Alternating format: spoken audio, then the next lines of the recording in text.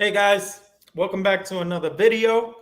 I am privileged to be joined today with two fellow YouTubers. The first of which, as you could tell, is you could do your intro. Hi, this is Rick, Vintage Oddball Cards. Hope everyone's doing well out there.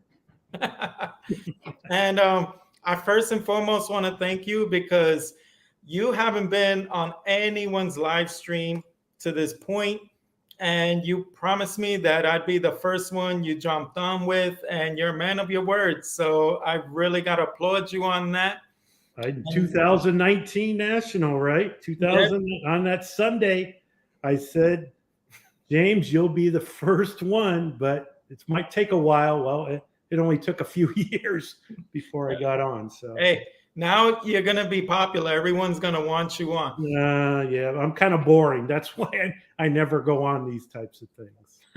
And then secondly, my other first time to my channel is my man coming up right now, and that's JStottlemire1. How you doing, Josh? Hi everyone, Josh here. How's it going?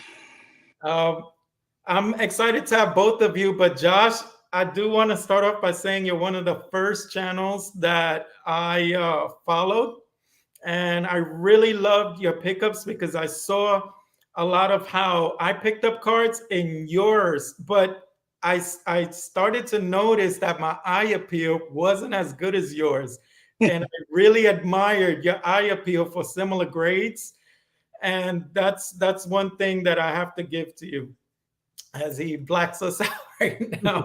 I thought I was a rookie. I'm the rookie. Let me fix this real quick. I'm definitely a rookie. There you go. I'm shy. You scared me right off the camera. So, so we're hoping also to be joined by John Mangini. He said he'd be a little bit doing things. Let me see. If I invite him, I'm gonna double check real quick if I gave him the invite. Just give me 1 second. That's okay. We don't need John in there. Listen, that's my guy. I resent him the link, so let's see if he joins us. So I guess to start off, Rick, I'm gonna ask you, like, for those that don't know, at what age did you start collecting, man? Well, I would say probably around 1971. That's how old I am.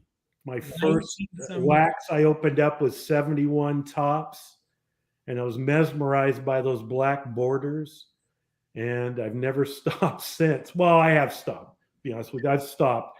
But most of my collection, or my early day collection, was from my mom because she loved flea markets. Loved flea markets.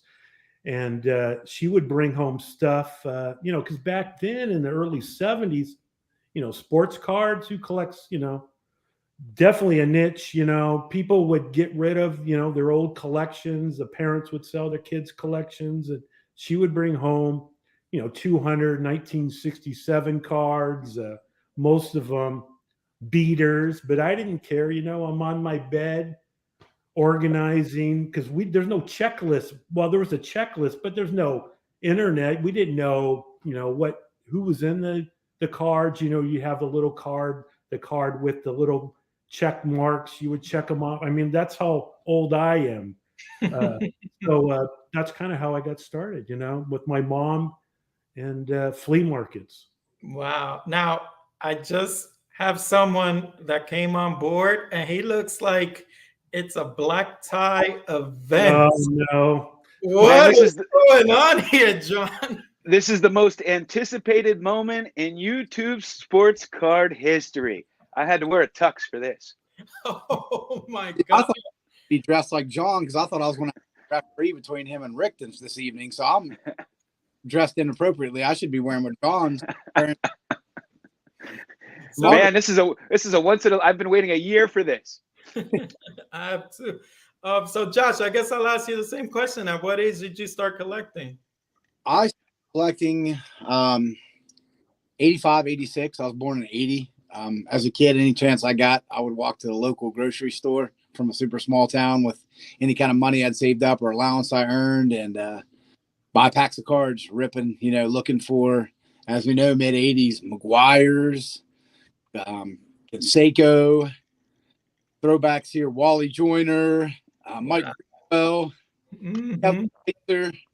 DJ Surhoff, and so started that way. And I collected till I was about senior in high school, and then when I left for the military, kind of gave it a break, and I entered back into the hobby a couple times in and out, where I'd always kept an eye on it, but nothing like I do it now. So a huge part of my. Wow. And well, John, I've had you on a couple of times, so I don't know, but a lot of people know a little bit more of you from your own Yeah. channel. So I want people to know a little bit more about Rick and Josh. If they're not subscribed to them, I want them to get a little bit more familiar. Now, as far as like me, I like to collect in themes. And John, you like to, as you said in our latest stream, you're what was the word you used? If you remember, you're opportunist. I think you said that's how you. Oh like, yeah, you're an opportunist. yeah, pretty much at this point. Yeah, I always like the obscure stuff. You know, the stuff you don't see all the time. Rick's And, like that too. Yeah, Rick is a lot like that, and so is Josh, but in different ways. Like Josh likes to player collect, right? Who are you working on right now? Let me guess, Babe Ruth. Yeah, I've been pretty focused on for me for a long time. I think about 8 months now. So primarily only been picking up Babe Ruth because he's tough to make work financially. Josh and I are friends on Facebook. I mean, there was a while, every time I turned around, there was some phenomenal Babe Ruth he was posting. Definitely that. And Rick, what would you say is your main focus when you collect cards? Right now, rare stuff. Anything. I like to get one of everything, one of every Hall of Famer, rare cards. That's the fun, is the hunt, literally the hunt and the research on the cards. I know with you guys texting back and forth with John, have you heard about this card? The background of this card? Do you have one? I mean, that's what makes fun for me, is the just the hunt. Because I can, I tell everyone, if I have the money, I can buy pretty much, any Gaudy or any whatever Topps card, but I can't find a Union Jacks card or a Plowboy. I'd love to have a Plowboy, but who knows if I can afford one. But it's just the hunt, literally the hunt for me right now. That's the focus. We're always showing cards back and forth that neither one of us knew the set or whatever. That's a lot of fun. But I have to tell you that my lawyers are drafting a cease and desist. They'll be sending it to you for using the term rare. I have trademarked that. But Josh is the most interesting one on YouTube, because he collects the vintage, but he collects totally different than I do. Totally different. High end Ruth. He goes from Cobb, sells the Cobb, goes to Ruth, sells the lower. I mean, I can't do that. I literally can't do that. And I appreciate what he does. I wish I could do that, but I can't do that. So he's the most interesting guy on YouTube for me. It's tough because honestly, maybe my ADD, when I first started back into collecting heavily, I'm actually from West Virginia. Me and John discussed this when he first initially put on his channel. I don't remember if you remember or not, John. One time he sent me out a Terry Brad. I think it was Bradshaw. 1980. Yep. But 81. Yeah. Yep. And I started back with football. I was a big football player too, but I started into football, and I was doing all the NFL rookie Hall of Fame cards. And I got all the way down to where I was missing the Nagurski, of course, the huge card.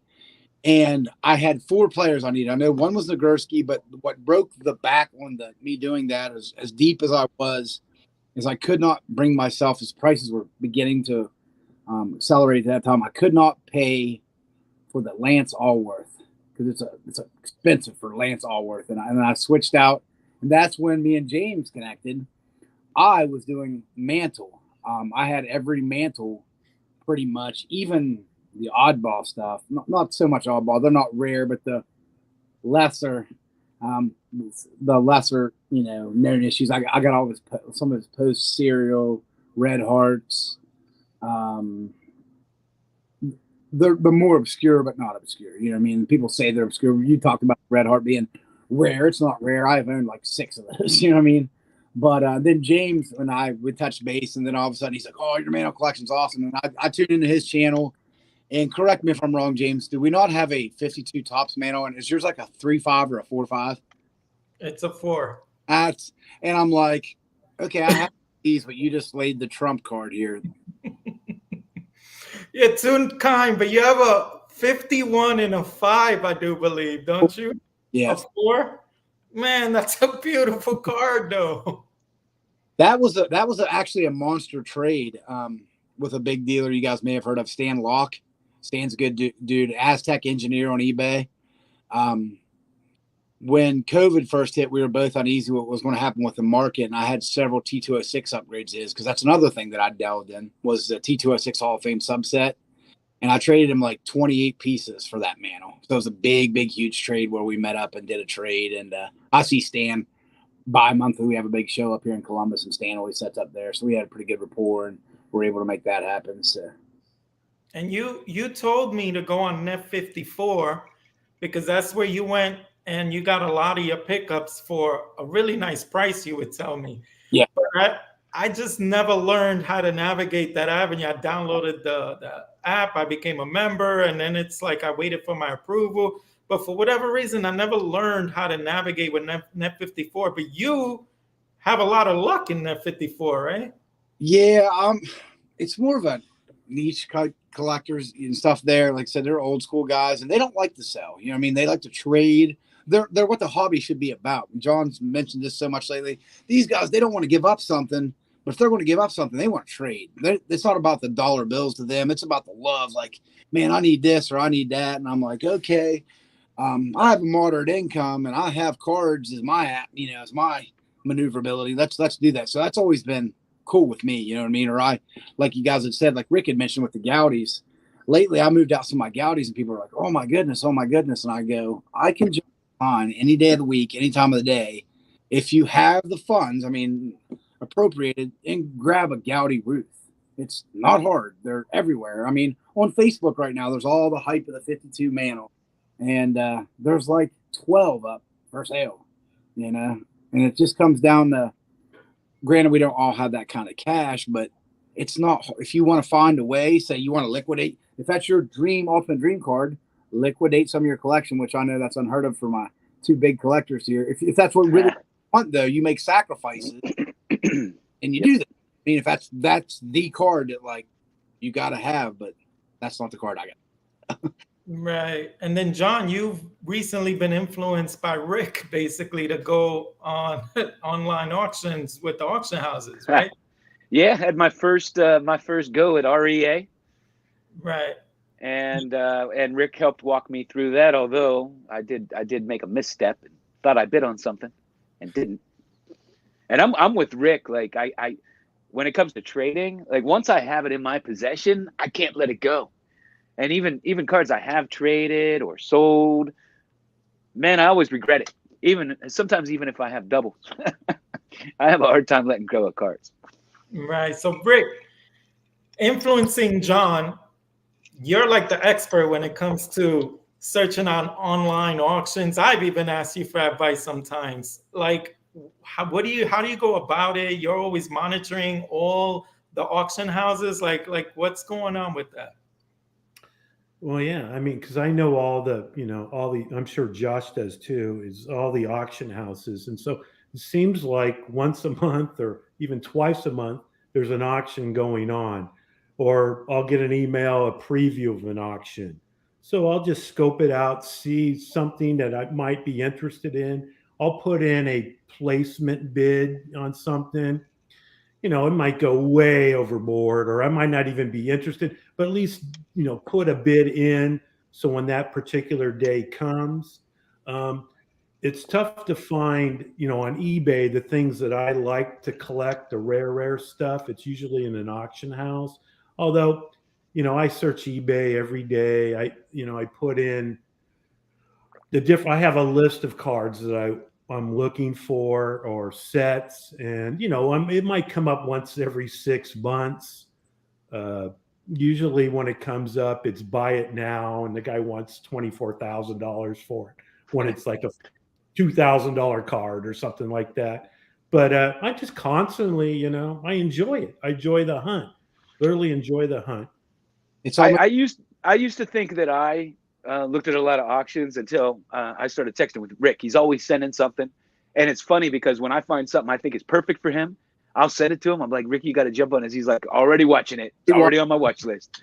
my buddies do the same thing to me, and I love taking the time. My buddies, I do it that I have their email, and I'm like, guys, and they, any of us all hardcore collectors, like I said, Rick knows them, and you're getting in there, John. I'm sitting there. I always have windows open of Golden, Heritage.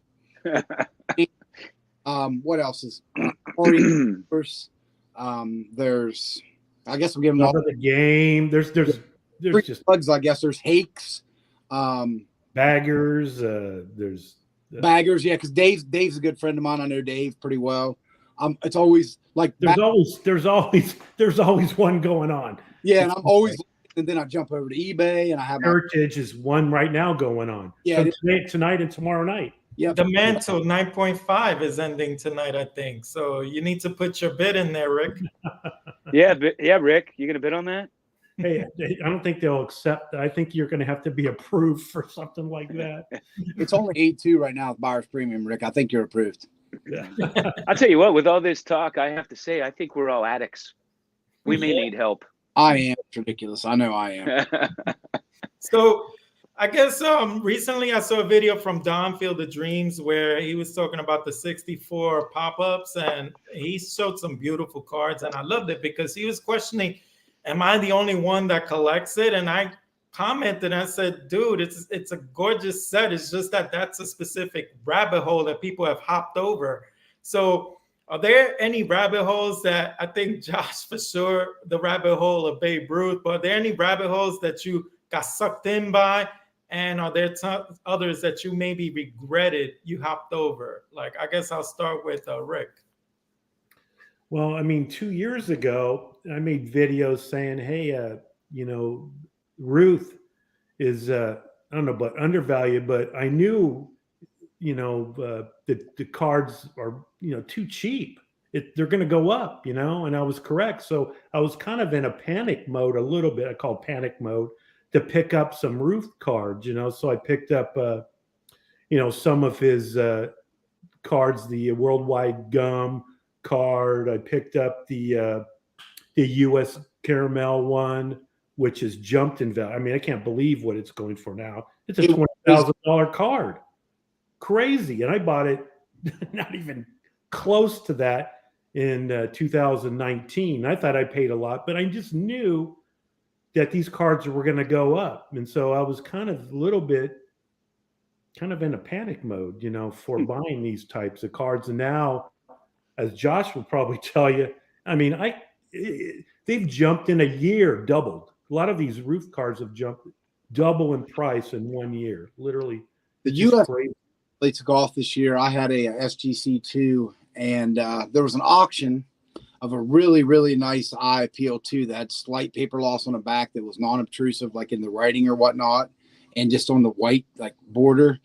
And a 2 went for like 18, and it started this rush. Then there was a nice 3.5 that came up. One of my friends had picked up, and it went for like 36.5. And then after that, it was like barn burners. Everybody was like the total FOMO, fear of missing out, jumping on this card. Yep. I've seen ones that were I have in my collection, and I'm not that picky. You know what I mean? I'm very picky, but I'm not like I can't have this card because it's not. Because some cards, any condition you can get in and have it in your collection is wonderful. It doesn't matter. You know what I mean? There's certain cards that it does not matter. You have that card is all that matters. It doesn't. If it's visually appearing, it's not missing huge paper loss or whatnot. But there's just some cards that you just don't not buy when you see if it's in the ballpark. See, where I pivoted and switched lately was I kind of did it before it got too crazy, as I seen the Gaudies going crazy. And I'm big on research. I'm like you guys, man, I enjoy the research, the sets, this, that. I was like these early, I have all the caramels now in the early 20s. I have the 21, 22. I had the full set, and I've upgraded them. And they're early year Ruth, and each one of those, the pop is less than 85. And the price has doubled. The price has doubled in a year or two. Doubled. So I was able to smart enough to kind of pull those in because I seen that because it's a real photo depiction. It's early career. I love Gowdy, iconic set, awesome, but they're cartoonish. There's nothing wrong with that. I like them too. But like I said, I went 12 years earlier, younger, no pop. I like black and white. Some people don't like black and white cars, but I love them. I think they're great. And I was like, I'm getting on this train before this train is, and thank goodness I did. So, John was in the train years ago. yeah. So about all these things, man. He's looking when we text back and forth. He cannot believe what the prices are nowadays for when he bought the actual car. Can't believe it. Yeah. So John, you basically like getting obscure and scarce cars. So I guess that's like a rabbit hole. Is there a rabbit hole you regret not jumping into? Not jumping into? No. There are certain cards I regret not getting just because I assumed they would always be there because they stayed at the same price for a decade, but not a specific set, I don't think. I think for me, it would be the Propaganda Montiel, because when I was aware of that set 3 years ago, you could pick up any superstar for like $40 or $60. And knowing how Really? scarce, and then when I would see them, they would just come up a bid starting at $1 and end at $40 or $60. And I just didn't know if I wanted to get into set building that set, but I saw often a lot of people. And then like the biggest stars like Ted Williams and Joe DiMaggio would go for like 150, which is nothing, like nothing. Yeah, And- that's when I bought mine, back when they were around those prices. Right. I got that DiMaggio, the Jimmy Fox, and I have a bunch of those now. Yeah, and Bob Fella has a nice one in there. There's so many, but I told myself I like this set. The star power is through the roof, and I regret not picking them all up whenever they came up. And then maybe the Stan Musial would have been the tough one, but at the time that card was maybe $2,000. Like it was a lot compared to everyone else, but it's his first card. But $2,000 is not really crazy. Now you see them going at 17 and 30 grand. It's like it's pennies compared to what they're going for now. Yeah, if I have any regret with a set, maybe I should answer that differently. It's the Leaf, 48, 49 Leaf, whatever year you want to call them. It's just that the Jackie Robinson, the Satchel Paige, they were always cards that there were other cards I liked the look better. I never really cared for the look of those. And they were always pricey compared to other cards. So I do regret not getting those, and the Bob Feller in that set too. That thing's hard to find, very pricey now. Right. So And I'm curious. Oh man, why are you doing this to me? Let me put this guy. I want to get John started. what's he holding up? What you holding up there? Let's see. Bob Fella in the Propaganda Fella. Montiel. Wow. You want me to get mine, Rick? Rubbing salt in We're the going to be here all night. We'll be here all night if you do. I'm sorry, James. No, it's fine. Rick, one rabbit hole that I got to give you credit for. I'm going to share something with you. You shared Type 1 photos, and you're the only one that I've ever seen show a myriad of Type 1 photos, to the point that you inspired me, and I'm going to single myself out right now. You inspired me to pick up this Type 1 photo of Jack Dempsey from 1941. That's crazy. That's beautiful. Beautiful. If it wasn't for you, I would not put Type 1 photos in my search. And then when I saw this one, I just had to get it. I mean, the difference between the rags to riches, the shoe shine boy. Look at his shoes compared to Jack Dempsey's. And then you see a guy behind him that's barefoot. And basically what this is, he's taking on one of his toughest opponents there. And he's a guest referee for a wrestling match. And that's what he was doing here. Yeah. So hey, James. I have to thank you for at least making me aware of these Type 1s. Hey, James, could I show my Type 1? Go ahead. Let me put you up in center.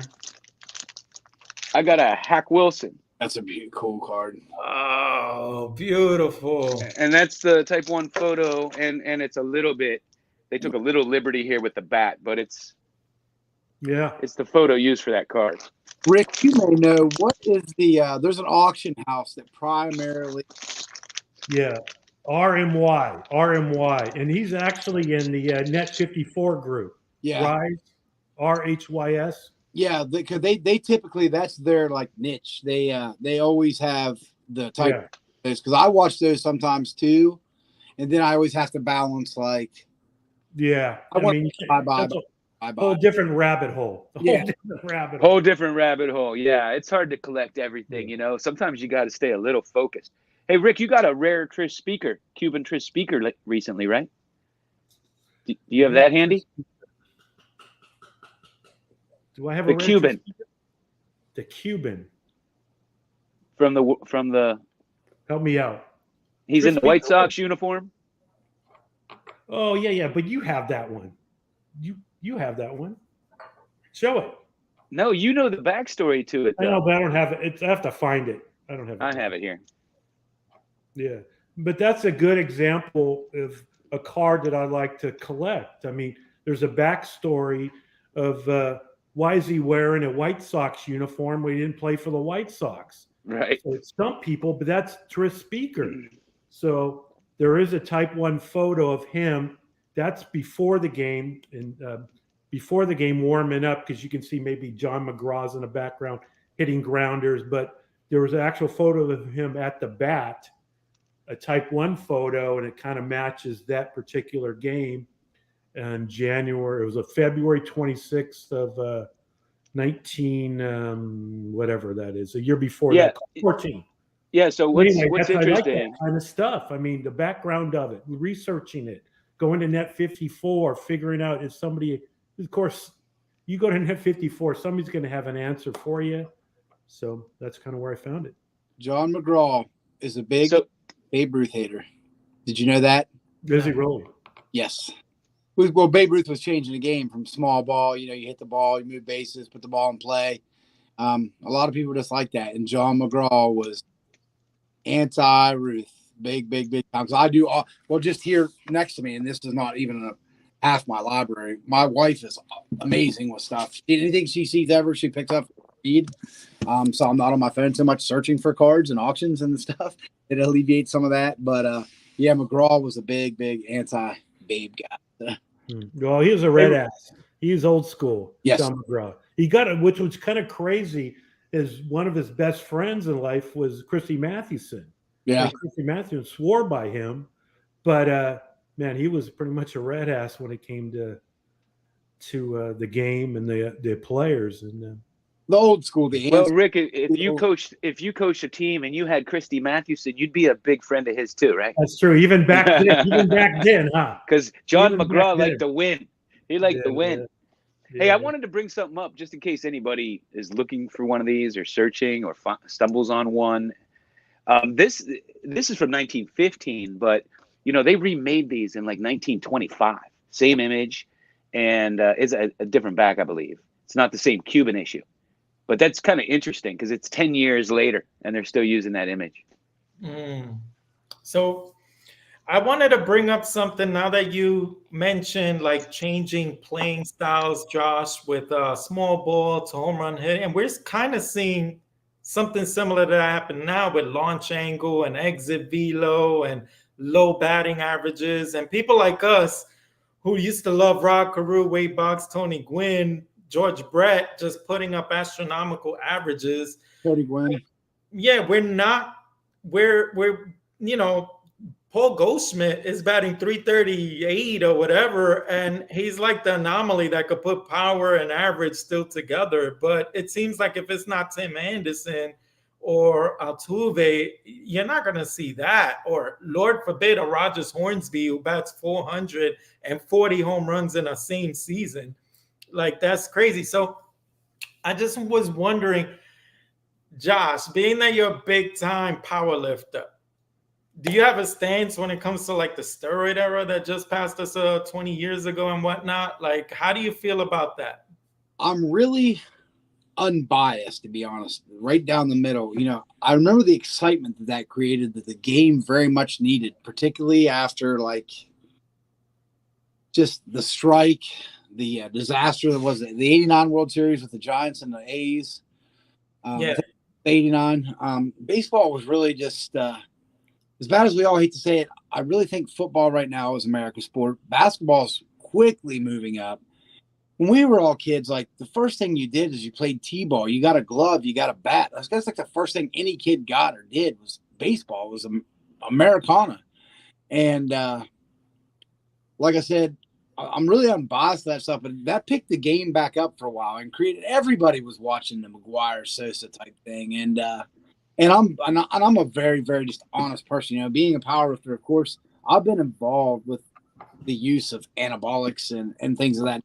Where I'm a very honest person, and I tell people, you know, I'm a guy that bench press over 700 pounds. This has nothing to do about me, but I'm a leadoff hitter. I was always a leadoff hitter.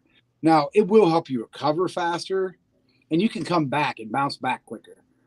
I've always been a firm believer in this, and like I said, there's no right or wrong. This is just my opinion. I always thought in sports, as a collegiate athlete, an amateur athlete, or whatnot, you should be a natural athlete. You should make it on your God-given, God-blessed talent and fundamentals, which is another thing that's in today's sports has been thrown out the window. No basketball players can shoot anymore. It's 5 players playing one-on-one. Baseball, nobody moves bases, nobody steals bases much anymore. Nobody bunts, nobody wants to. There's these huge shifts back in the day. Any player, when there's these huge shifts, somebody would just come in and lay it in the hole. You know what I mean? People can't do those things anymore. And the fundamentals have been lost. And like I said, but getting kind of outside of the point there, with these things, I tell people, Barry Bonds, I'm a Pittsburgh guy. I grew up in Morgantown, West Virginia. I went and seen Drayback, Bonds, Van Slyke, Bonilla, Sid Bream, Jose Lean. Like, these guys were amazing before. They did get better, but because they were able to recover quick. Almost everybody was doing. I know that's not the right answer. My mother told me as a kid, just because your buddy does it, don't mean you do it. But I tell people to step back. Even if you're an adamant anti, there is a lot of negative and dangerous side effects of stuff. But I tell people all the time, any of us, like, we all may have a different answer. But if, you know, a lot of people take things to stay awake, or they take caffeine, or they take this and that to stay awake for their job, write papers, to do this and that. If it's going to increase your production, when you're talking about the kind of money that these guys are making anymore, or to get back on the field, it's got to be pretty tempting. I mean, it was for me. I competed on the highest level. I did it first, and I don't anymore, and I have. But it was legal for us, you know. But there was really no super decisive legal parameters at that time. There was no testing, and people knew what was going on, and it was fine. You know, nobody cared then so much. Now everybody's like, these guys are terrible people. You know what I mean? Terrible people don't want to get that $20 million contract. And your window is so short as an athlete. I was a professional athlete for 16 years. Your window is short. And it may be wrong, but I mean, none of us are angels out here. You know what I mean? We've all made mistakes or went down a bad path. So I can see both sides. You know what I mean? John, you watched Barry Bonds playing throughout his MVP years and his Pirates days. And he was a true MVP. To me, it was Griffey and Bonds and then everyone else. That's the way I looked at it when they were both at their height. How do you feel about him as a Pirate, and then afterwards with the Giants when he decided to pump it up? How do you feel about those two versions of Bonds?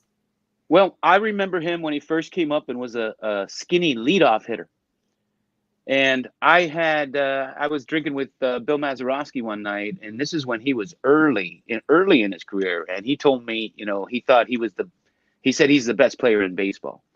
And he was good, you know, prior to the steroid stuff. And a lot of these guys would have been probably Hall of Famers with or without, right? Some of them, I think. The one thing I don't understand, see, steroids will make you, stronger. So you'll get stronger. You can definitely recover faster, as Josh just said. Yep. But it won't make you hit like Nolan Ryan fastball better.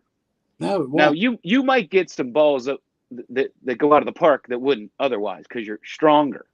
But I mean, it's not going to boost your batting average, in my opinion. And the one thing I don't understand is pitchers. I mean, pitching. I don't know. You know, in the old days, they wanted that elasticity. They didn't want you to be bulky to throw the ball. It was And so Roger Clemens, when he came up, he was already setting strikeout records for 9-inning games. You know, before any hint of this stuff, he already had like many years of being a dominant, one of the best pitchers in baseball. So I'm with Josh in that I have mixed feelings on it. You know, I don't know. I really don't know. I have mixed feelings on it. Rick, I guess I'm going to ask you, as witnessing the latter version of Bonds, how do you feel about getting Bonds coming to your team, the Giants, and then seeing him like become the Hulk, like putting up numbers that were just fathomable? How do you feel about that? Well, I mean, I was excited when he ended up coming to San Francisco. You know, his dad played for the Giants. His Godfather. you know, just a family of. So he went to high school from where I am right now. You know, half hour away with Tom Brady. Actually went to the same high school, Sarah High School. So I mean, I was really excited, and he's the most incredible player I've ever seen. You know, I saw Willie Mays, Willie McCovey in their later years, you know, in 70, 71, that type of thing. But Bonds was just incredible, you know. He would stand right on the plate and he would dare the pitcher to throw inside. He'd throw inside. He'd still smack it out of the park. He was the only guy they walked with the bases loaded, right? Yeah.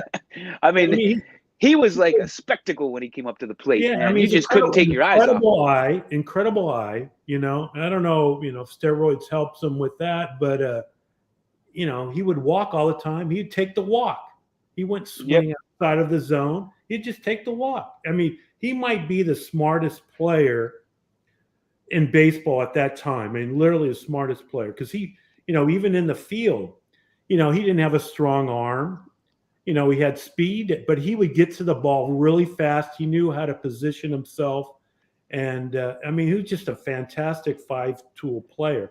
Now with the steroids, you know, I was disappointed, you know, just because, you know, he's my player, you know, your hero in a way. Kind of is a letdown to think maybe let down. I mean, I wasn't, you know, I'm still cheering him on when he was playing. But it was a disappointment, you know. It was a disappointment. I just feel about Bonds is that he's cut from a different cloth, like Ted Williams, where he could see the seams rotating as it's being thrown. And that type of player, he was coaching Yelich with the Marlins. And when Yelich was saying how when they were throwing the pitches and he was telling him, so when you see those seams spinning, you should be able to tell that that's going to break in on you. And Yelich is looking at him like, what are you talking about? What seams? And this is someone who won the MVP. And then Bonds was telling him, you don't see the seams? And that's just the God-given talent that he's been given, that the same thing with Ted Williams was given. And it's so rare. But the thing with steroids that I feel is right around the time when his trajectory, his age would have him on the decline, steroids helped him feel like he was still in his prime. Plus, with the added muscle, it just made him like inhuman almost. And I loved Bonds when he was with the Pirates. I loved him. I was just sort of disappointed because now he's like just destroying and demolishing the records in an illegal, I guess, added illegal unfair advantage. You know, that's the only thing. Barry Bonds was the greatest player I ever personally watched. And he's the only player I ever watched that you could see the fear in the pitcher's eyes every time he threw to him. Right. When he stood up there, it was, I mean, it was like watching Babe Ruth bat, I'm sure. It had to be. So with you just knew he was going to hit a home run or do something. Right. So with that being said, would you all want him in the in the Hall of Fame? Would you vote for him? And that meaning you'd have to vote for everyone else also? Well, first of all, it doesn't necessarily mean you have to vote for everybody. Right. But to me, Barry Bonds is the Clemens? greatest player I personally watched. And, for me personally, I don't think it's much of a Hall of Fame when you don't have like the third or fourth highest batting average. You don't have the all-time hit king. You don't have the all-time home run king. You don't have the single season home run king. Like, I don't know. To me, it's not the Hall of Good Guys, or there would only be 10 people in there. To simplify, I think I got your answer, which there is no opinionated. Here's how I is it. Each one of us, and we can give our answer.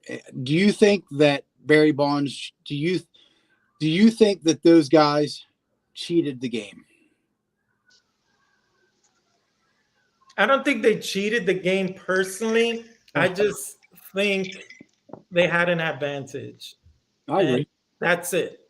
But cheated the game? No, they just looked to prolong their career. I mean, it's tricky because I'm not dumb. I don't want to answer for them, but I personally think it was just an advantage that maybe not everyone was using. I agree, because I wonder sometimes with what John said.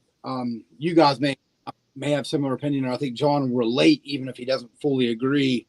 I thought that records that he broke was, and I love Bonds, big Bonds fan. I mean, he's abrasive personality or whatnot, but when Griffey was young, if I thought any of those numbers were to be eclipsed, from what I saw was, I thought Griffey was going to be the one to do all these, because Griffey, I felt, was on par as far as talent level, and he was on that trajectory. But here's where, from what I know from personal use and stuff, an advantage, I think that's where the advantage definitely come in, is because when Griffey started coming apart was about the age that I think that Bonds began to dabble. So he was healing a little quicker, able to come back a little quicker, and he wasn't breaking down and deteriorating like naturally so that I believe Junior did. I seen those two on par, and that's where, even though most people would think I'm biased towards one way due to my past and things, I think that it gave him a little advantage because, like I said, I seen Griffey as the only other player on par. And then another guy people destroy all the time is A-Rod. Dude, Griffey was the number one pick out of Arizona State. A-Rod was a top guy in high school. Everybody wanted A-Rod. You know what I mean? He was there. Both those guys, no matter what, we could all do whatever those guys did as far as enhancement, and we might have been able to play like college ball. You know what I mean? We might have been able to play at Slippery Rock University, John Mangini, or somewhere else. You know what I mean? But we weren't going to go and be these fellows. That's what people oftentimes forget, is you can give everybody all these magic pills, and the cream of the crop still rises to the top. Well, that's kind of what I was saying too. Yeah. But if it allows you to hit a few extra balls over, or, but baseball is not really fair that way, because some players play in a short park. Exactly. I mean, is it fair if you play in Wrigley to compare your stats to somebody that plays in Boston, a right-handed hitter playing in Boston? I mean, there's a lot of things that aren't equal. So many people don't realize. Yep. And for you, Rick, would you want to put people like Bonds and others, A-Rod and Roger Clemens, in there? Yeah, well, for me, it's more of a museum, the Hall of Fame. So I would say, yes, you can't write a story without Bonds or even A-Rod. See, I agree with that. Rose, I mean, to me, it's a museum. So I would say, yes. But I'm kind of more strict, like with the Howard Baines and the players like that. I'm more strict on who should be in. I think it should be the hall of just greatness, top players, not very good players like the Bagwells and I didn't consider like Howard Baines or Bagwell to be the best of the best, but I think the other players, because you can't really write a story without Bonds and Clemens and Rose and so forth. So I might be different than most, but that's the way I think it. Wow, a lot of great knowledge from you three.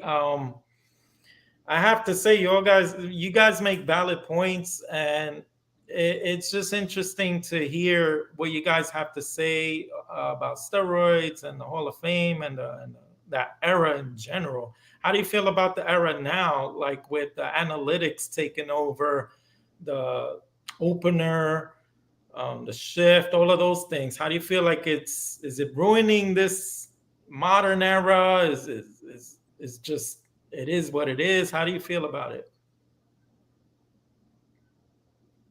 I hate it. I'm a purist. It's too much for me too. I get tired. Even just considering putting a guy on second in overtime, it's like little league shit. Yes, I agree. I mean, come on, what are you gonna do? Do T-ball? I think they juice the ball. I think I don't think they should ban the shift. If you want to go over there and the guy can't hit it the other direction, he deserves to get out. I agree. It shouldn't be illegal. I don't know anywhere in the rule books I ever saw that said where exactly the 9 players had to play. Learn how to hit. Learn how to hit. Yeah. I mean, it's everybody swinging for the fences. They learn to pull the ball, and they're 250 batters that are all-stars. Right. It's insane. We're never going to have another 300 game winner. Rick, you saw the dead ball era merge into the live ball era. You're going to say, I saw the dead ball. I was there. Pretty close, though. Pretty close. How do you feel about this modern era? You saw the 60s, 70s on through where it was like punch and Judy hitters, and then the steroid era, and then now this. How do you feel about the era now? Yeah, I don't like. I mean, I grew up with Tom Seaver pitching 9 innings. Steve Carlton, the relief pitcher Raleigh Fingers, I guess, was the first great. Maybe, well, I mean, even that I remember. I mean, there was Hoyt Wilhelm and things like that, but I really don't like it. But I'm more old school. I loved base stealing. I missed Coleman. I missed Ricky Henderson. Guys that making pitchers feel out at throwing the ball over there. That Otis Nixon from the Braves. There was Lofton, Ray Langford. Guys, Ron Gant. Guys that had a little bit of power, a little bit of pop, and could steal you 25 bases. That's the baseball that I really miss. And to me, like I said, I may be the youngest of us all. I figure me and James are probably pretty close, and we're all not too far off. And another thing I miss too is, another people don't realize these home runs too is pitchers' velocities are a lot higher now too. So when you're throwing the ball harder and faster and a bad striking it, you're gonna have more home runs that way too. But speed, it's not hard to hit a fastball. It's hard to hit a ball that has good movement. Greg Maddux never had a cannon for an arm, but he could place the ball anywhere he wanted. He just toyed with you on the mound. He had just pinpoint. He was by far a true pitcher, like maybe none of us have. You know what I mean? He could just location, change speeds, and it wasn't all about blasting a 102-mile-an-hour fastball. I need to bring something up at that juncture, and I'm not going to deny that athletes aren't bigger and stronger these days, and probably the average guy does throw harder than the average guy in the past. But you do know that they changed the way they clock those pitches, so it makes it look like they're throwing harder than they were. Because if you think about it, according to the modern clock, every scrub who plays today throws harder than Bob Gibson did. Do you believe that? No, not for a minute. No, because they used to clock it when it crossed home plate. Now they clock it when it leaves the hand. And that's a big difference. Yep. Right. Because that's why Verlander said that they juice the ball. Do I know if they juice the ball? No, I don't. What I do know is that there are rookies hitting over 50 home runs when it was done only 3 times in 3 decades prior to that. And 4 times in 3 decades. So I don't know, but when you're change the way it's clocked to make it look like everybody's throwing faster, and if the ball is juiced to give rookies, allow rookies to hit 50 home runs, I don't know. I think what happened is, the steroid era was exciting. It brought fans back to baseball. Everybody wants to see these big, a big guy hit a bunch of home runs, and they want to see guys throw over 100 miles an hour. And I think they tried to figure out a way to do that without steroids, personally. Right. I love the history of the game. That's why I love vintage. And And I love researching all the people that I didn't even know existed that had records, that did things that would just blow my mind.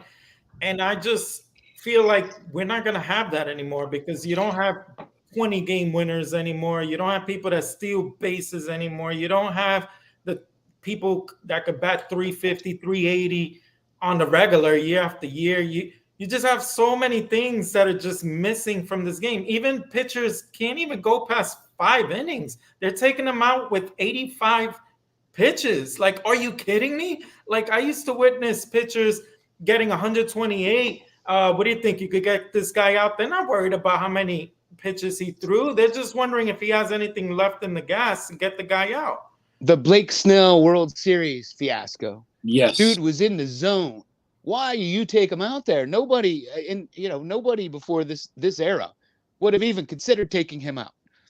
Right. It's just, that's the part that annoys me. It's like I witnessed Andy Pettit. Like, he would barely get out of the first inning with bases juiced and 1 out, and he managed to get out of there. Next thing you know, he throws 8 innings of a gem. You like, in today's game, they would have took him out already. They would have said, "Oh, you don't got it today." Do you know Bob Gibson got line drive by Roberto Clemente in his leg and broke it, and he didn't want to come out of the game? Yeah.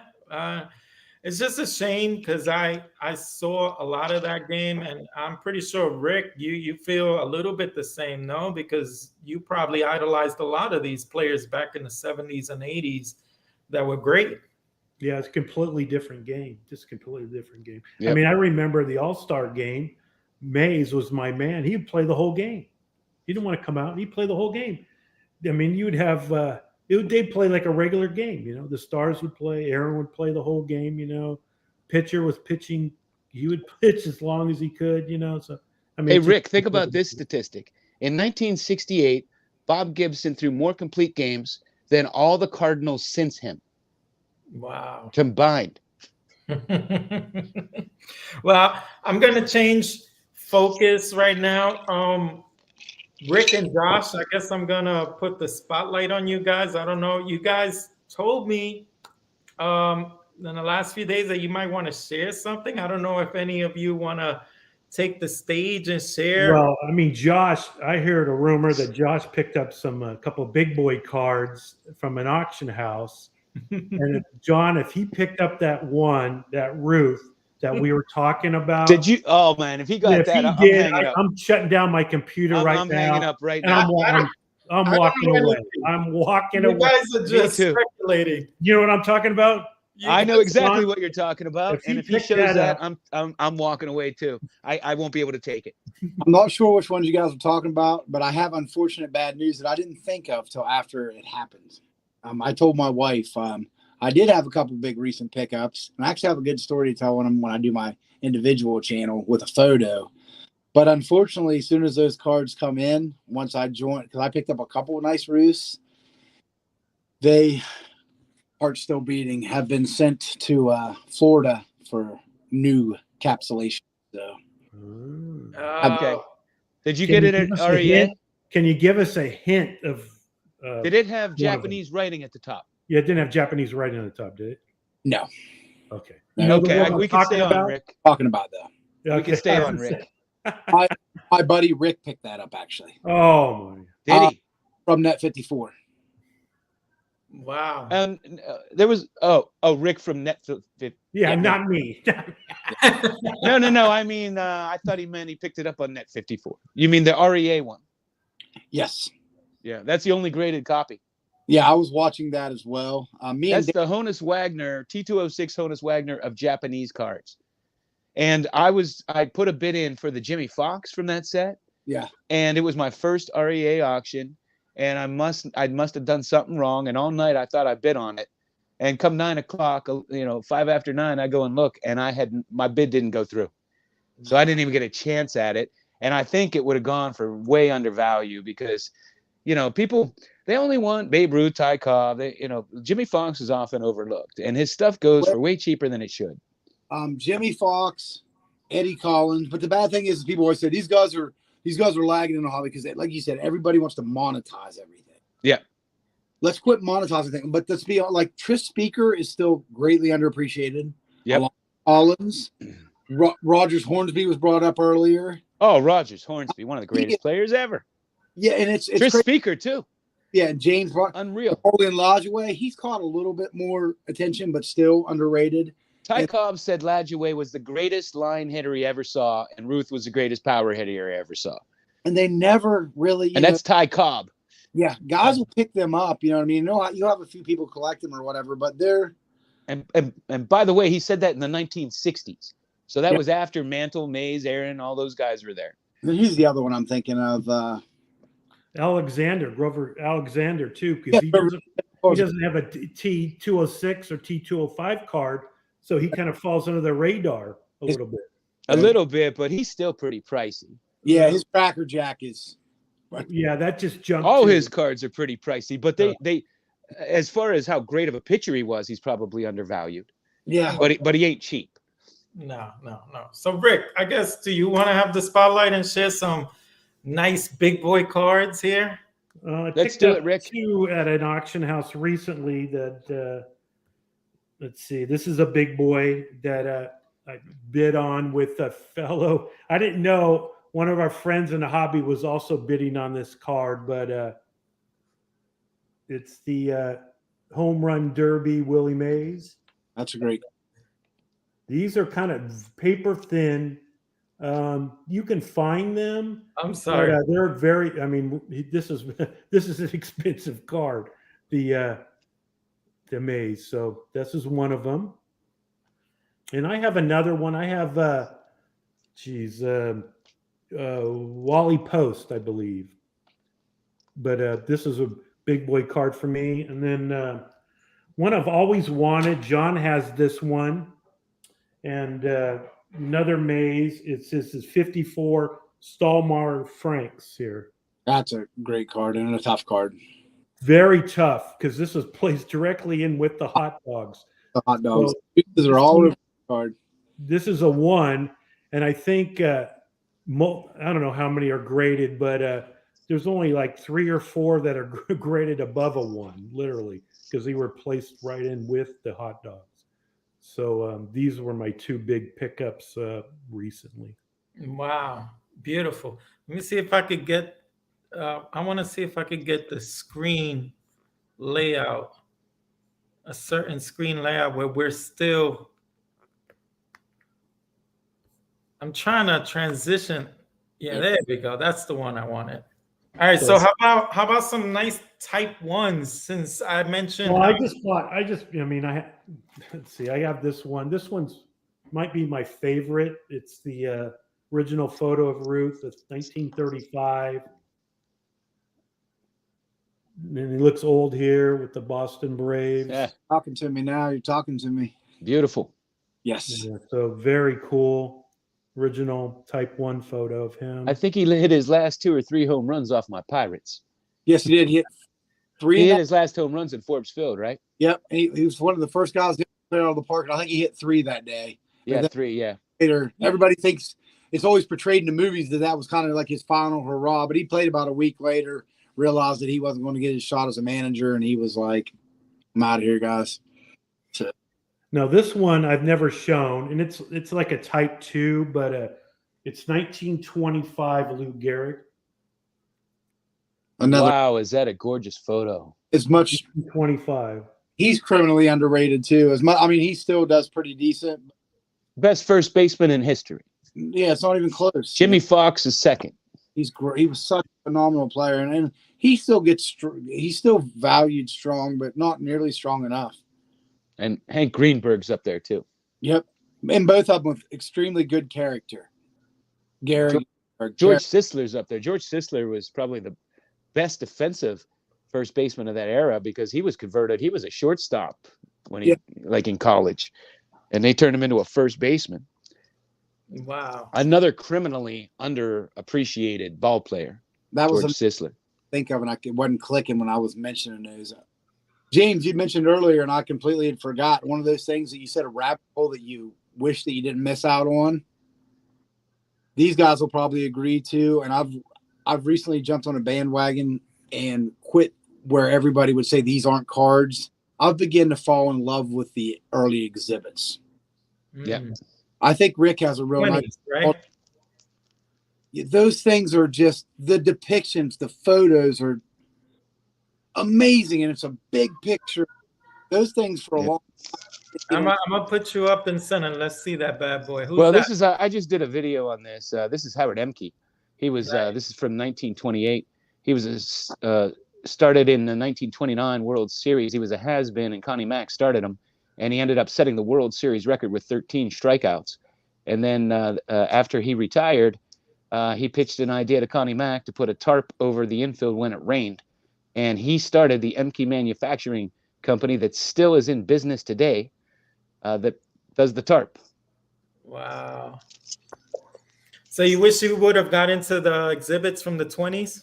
Yeah, I've actually started picking a few up, and one of my big ones lately that I just recently got back, I'll show. I actually have one that's very, very low pop, and I love.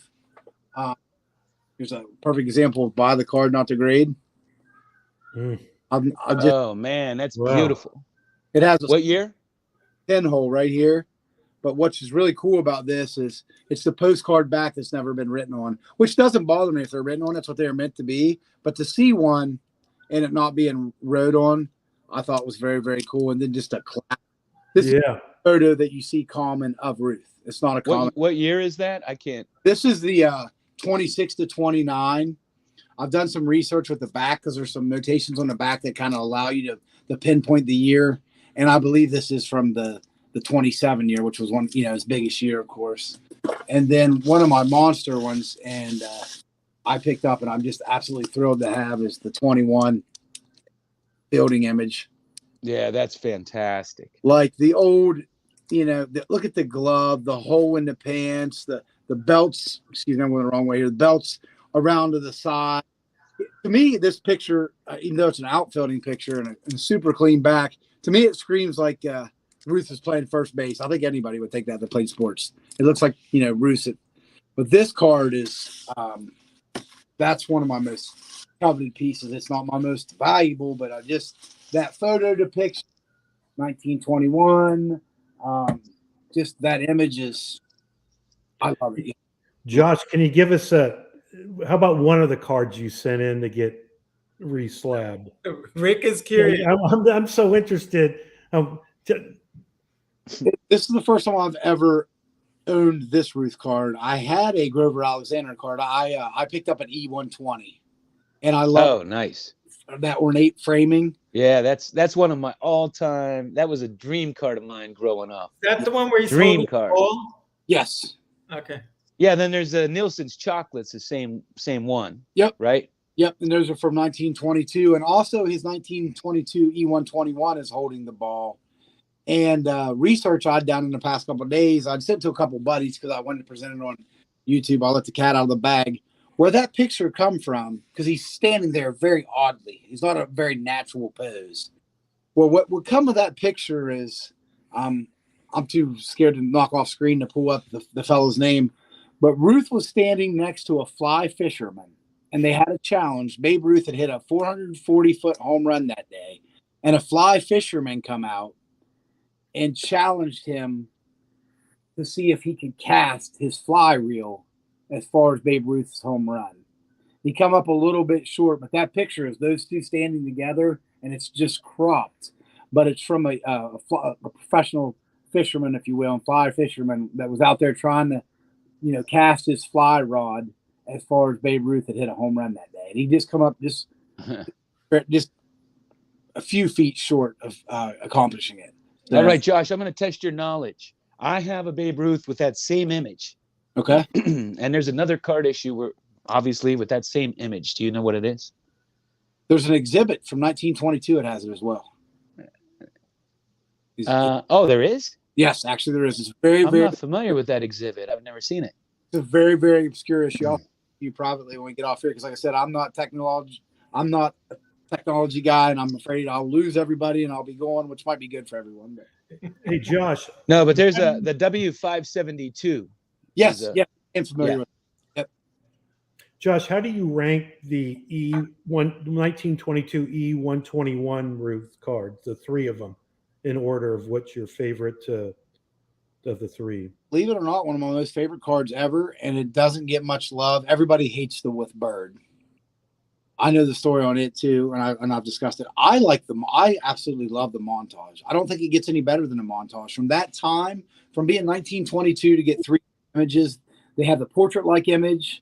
They have him standing with a bat, and then they have him at the plate. I actually may have, I do have that one handy.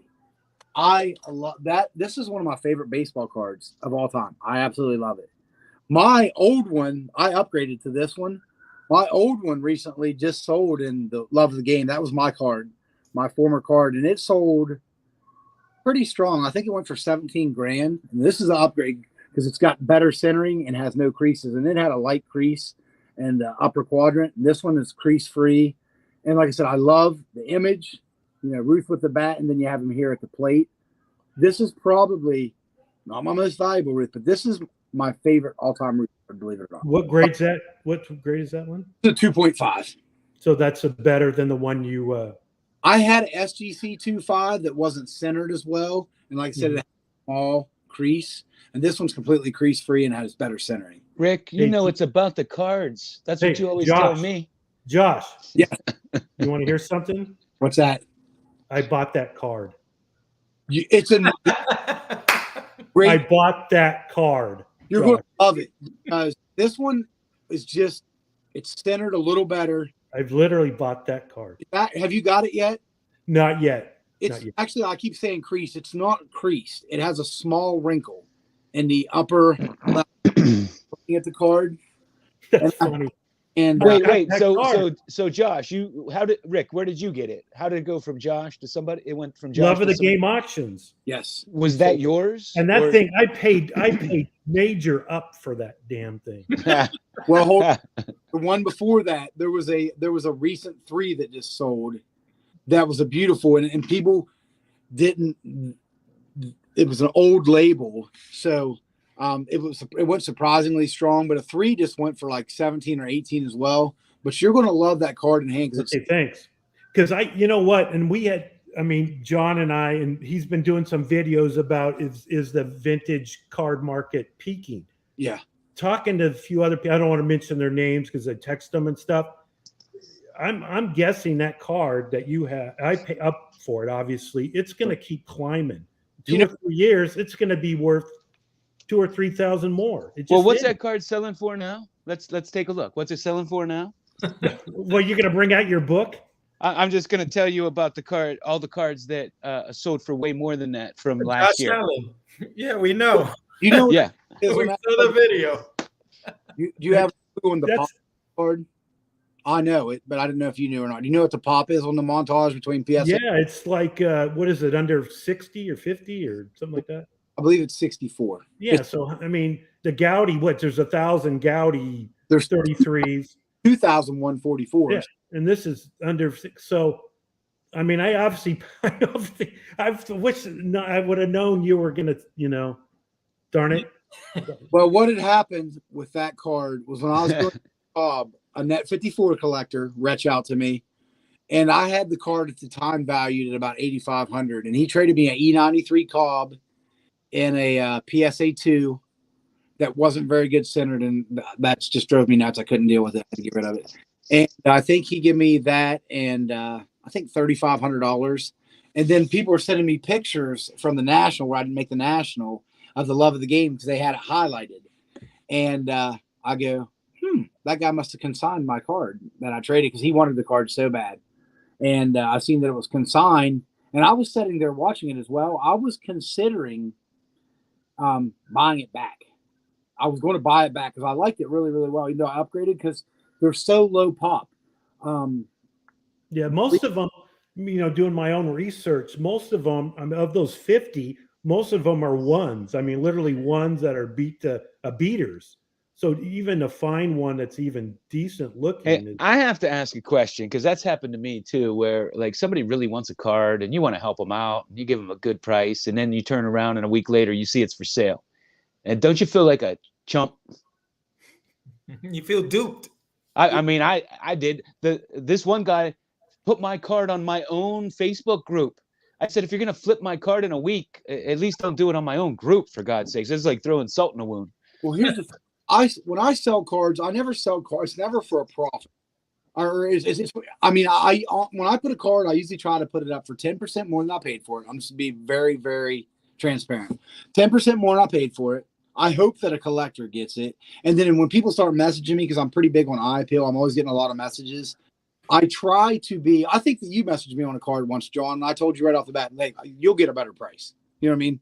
Yeah. That was Rogers Hornsby. Yeah. Did you ever sell that? It was a Rogers Pete, very rare set, as you know.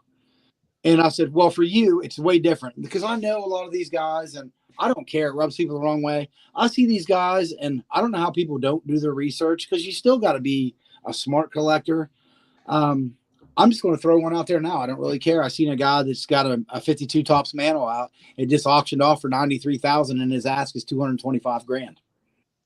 And I'm like, come on, man. Well, I was watching this, and man, I wanted to pull the trigger on this, but it had one little spot that was bothering me, and I didn't. And I regret it because I may never see another one. But that propagandist Montiel, there was a Martin DeHigo, and it was on there for I think 2,500 or 2,000, which is a good price for that card. And it sold a week later. The dude puts it on there for 7,500. So it's on eBay right now for 7,500. I know he paid like $2,000 for it. Wow. So you bring up an interesting point that eye appeal. I noticed that from when we were talking 3 years ago, when we first touched base, I feel like I learned a lot. Eye appeal. It morphed. It evolved. And you're saying yours too. Like, where did it evolve from? Like, what did you used to like, and now where is it now, Josh? When I started, was big into the mantle, and I couldn't figure this out. And I think the hobby sometimes will structure us as much as we will structure the hobby. I was buying all these mantles. I was doing the mantle run, and like, man, this is a killer price. It's a 5.5. It's a 6.5 mantle, razor sharp corners. I always like sharp corners. But they were off center, and it really wouldn't bother me because I always thought at first, I've been brainwashed by the hobby in my own little ways. I was like, it's got sharp corners. This card looks great. There's no fish eyes. It's a good picture. I'm huge on registration and centering now. Then I wasn't. Registration was key, but not centering. And I thought, you know what? You can't do anything about centering. It comes out of the pack that way. You cannot affect centering. It's not from handling. That's not from anything besides bad cut. You know what I mean? So I had all these great stuff, and then when I wanted to make a move to get something bigger or whatever, everybody's like, the centering, and I'm like, the card's great. But I realized, and I do it myself now, and I've kind of been molded to that part of the hobby. I will pay up for a strongly centered card because that now is the first thing I notice, and everybody always tells me. I have so many people that reach out to me. And we always make fun of the Mike Baker stickers, which I know John.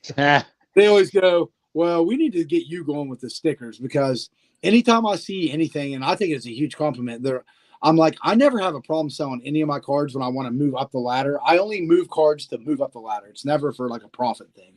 I go, I'm just meticulous on registration is the first and foremost to me.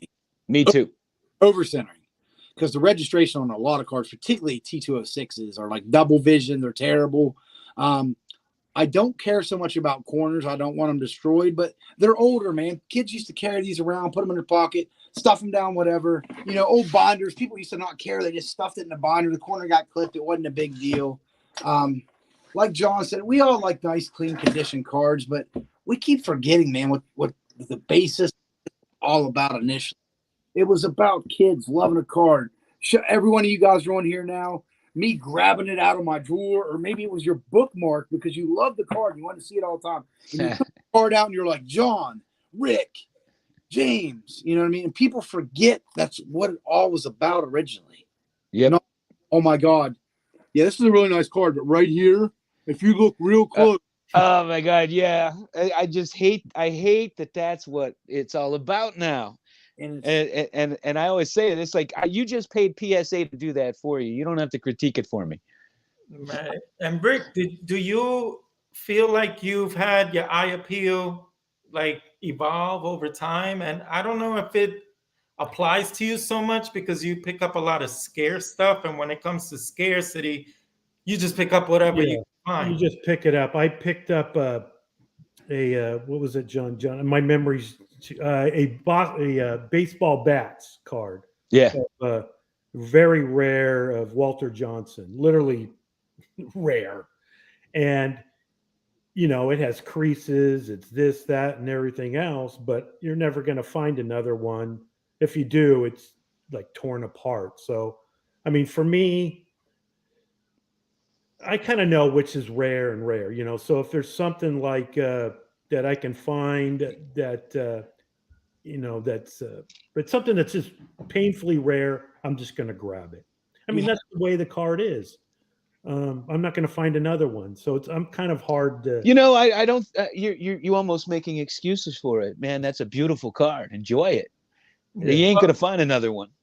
Okay, I guess I'm gonna. Let me show you another question. Let me show you a card. Let me show you a card that I have in my collection that I've had since. I mean, it's an old label.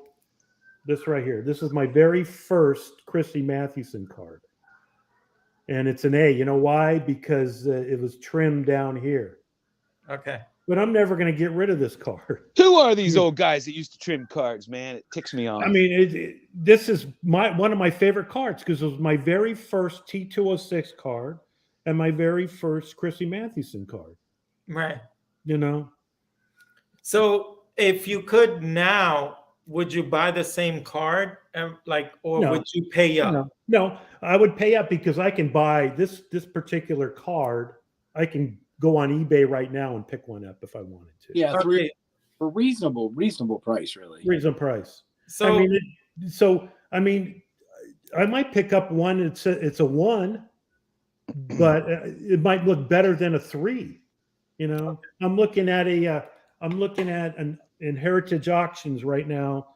There's a Walter Johnson T206 portrait. It's a 1.5. Okay, it looks better than most 3s, and it's going to go for a price of closer to a 3, just because of the eye appeal. The eye appeal. So it has nothing really to do with the grade itself. The eye appeal means everything. Yep. I'm glad collectors are more so catching on to that. Because I get people too, they'll say, well, this 3 sold for this. Like, that doesn't matter. Not all 3s are, they're not all equal. No way. One thing I love too is people all the time, they use it as a negotiation purpose. And that's like me. I paid pretty strong for one of the Ruths that I just got, but it's definitely worth it to me. Low pop as well, early career. But I tell people, they're like, that one's not going to go so high because it's an old label. I'm going to buy it, and then I'm just going to send it. So I have the uniformity as far as just uniformity in my collection. That's why I reslab it. But people say, well, it's not going to go so high. That's an old label. What? Don't have a damn thing to do with a card. Zero. It's from the junk slab era, man. Those are junk. I've seen good and bad in both. You know what I mean?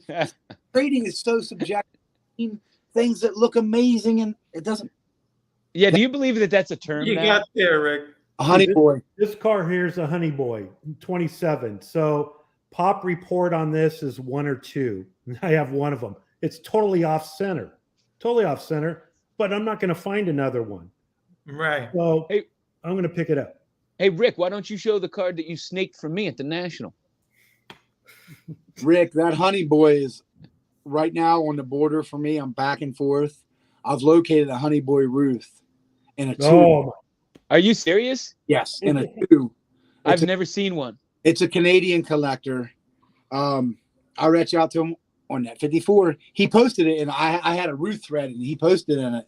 So I automatically PM'd him. Hey, if you're ever going to move that card, buddy. Wow. Yeah, I mean, I've seen it. I've never seen one for sale. So it's a side profile, right? He's wearing a Red Sox. He's still in a Red Sox, even though it's 27. Oh, I didn't realize that. It's that old of a photo. And he reached out to me, and we talked a little bit via text message. And I told him, I said, I got a lot going on with auctions right now, but I'm still setting in position to maybe make the move on the card. But there's a couple that I'm looking at another Harringtons because I love Dave's that he brought together. He has the Harringtons, the Tharps, and the Yingling. Oh yeah, and that's near impossible. And Dave has pointed that out, so it makes me even more so because I love Dave. Dave, this is not because you guys are on here. Dave, Rick, John, you're definitely up there too. But I think Dave and Rick are two like must see all the time for me because you'll have different stuff and you're always rare and whatever. But Dave and Rick are always must see for me. Oh, like always, and the knowledge. And I'm just like, I like these guys because they're what this hobby is about. This hobby supposed see this back here, this back here of it. Doing the research on this card, the Honey Boy, you literally had to go to this Pritchard Avenue to redeem the card. It was not even a mail-in. Yeah. You had to show up here to actually get the card. Wow. So that's how rare these Honey Boys are. Now let me ask you a question. I actually looked up this address, and you can still see the old building, the brick building, or where this came from. It's a Canadian issue, right? Yes, yes. So it's painfully. I mean, if you can get that Ruth, you know, because I know how you do it. You get rid of some other stuff that's even the one I just bought from the auction. But I mean, that's the one that's like the Japanese one, literally. Yeah, but that's what I tell people too. I'm now at a certain point where everything I have, nope, it's just going to be a more drawn out period that this ain't going anywhere. The only circumstance now with the Ruth cards that I'm holding in my PC, I have a whole like super. I do other stuff too. Like people, this is just a cool binder of like obscure. I have the Sport Flicks, just different sets that will come through, postcards, Dick Perez. I keep the old gold stuff that you'll see. The Leaf set my wife had bought me. I have the old like booklets that came and stuff like that. I have over 200 plus Ruth pieces, but you know, of course, I only really count in my playing years, and I collect all his books. And I've started to look into the Type 1 photos and the redemption type stuff. I have a 34 Butterfinger. There's a really cool. What's the other one? It's from that. It's it's a batting pose. It's with Quaker Oats, the Quaker Oats card. Because I actually have just anything Ruth. I have the Quaker Oats. Hey Josh. Yes. So I have 2 of the Butterfingers and I have 2 of the Quaker Oats, but I have the original envelope it came in, addressed to somebody. It's so fragile. Those are they're very, very thin paper stock. I meant the envelope. Josh, what's the pop report on that Honey Boy Ruth? Like 1, 2, 3, 4, something in there? I think there's either 2 or 3. And what was the last sale? It was a couple years ago, right? Probably, or 3 or 4 years ago. Yeah, it was a few years ago. Gotcha. I haven't seen one. I go to all the nationals. I have not seen one yet. That's why. Like John says, we've seen it, you know, whatever, but we haven't. Yeah, I've seen it pictures, but I've never seen one for sale. Yeah. I'm trying to find my Quaker Oats pin, but I'm not seeing it. It should be. Here, oh, your pin? Yeah. Here's another rare one right here. See this one? The Uncle Union Jacks. Oops. The Bill Terry. Uncle Jack's. I mean, Mile High has an Uncle Jack's. It's already off, but one of the guys from Mile High showed me his Uncle Jack's. They had a few pins for Quaker Oats, and this is one. That's what the Brady. Boston. Yeah. And they had a Yankee version too, but this is you keep score of the game on the back. My friend Dave Schrader had one of those. But this thing is just immaculate. I passed up on buying the one because I just bought the Yankee one. I don't know where I'll put it. So let me ask you a question. When it comes to scarcity, like if you find a scarce card, is there something that would not make you want to buy it? Like if it's skinned or really beat to hell, like what would probably tell you, even though it's scarce, I don't know if I could pick that up? the heck happened to my pen? I don't like that. Rick, if you want to take that question, you could answer it. Yeah, like I said earlier, you know, like this one here, this one's a decent shape, but it's totally off center. If I can find one that I'm never, like if Chrissy Mathewson baseball bats one, if I find one of those or orange borders, I'll probably pick it up even if it's a beater, just because I'm not going to be able to find another one. Oop, get the right way here. Nice. Hey, Josh. Really clean piece.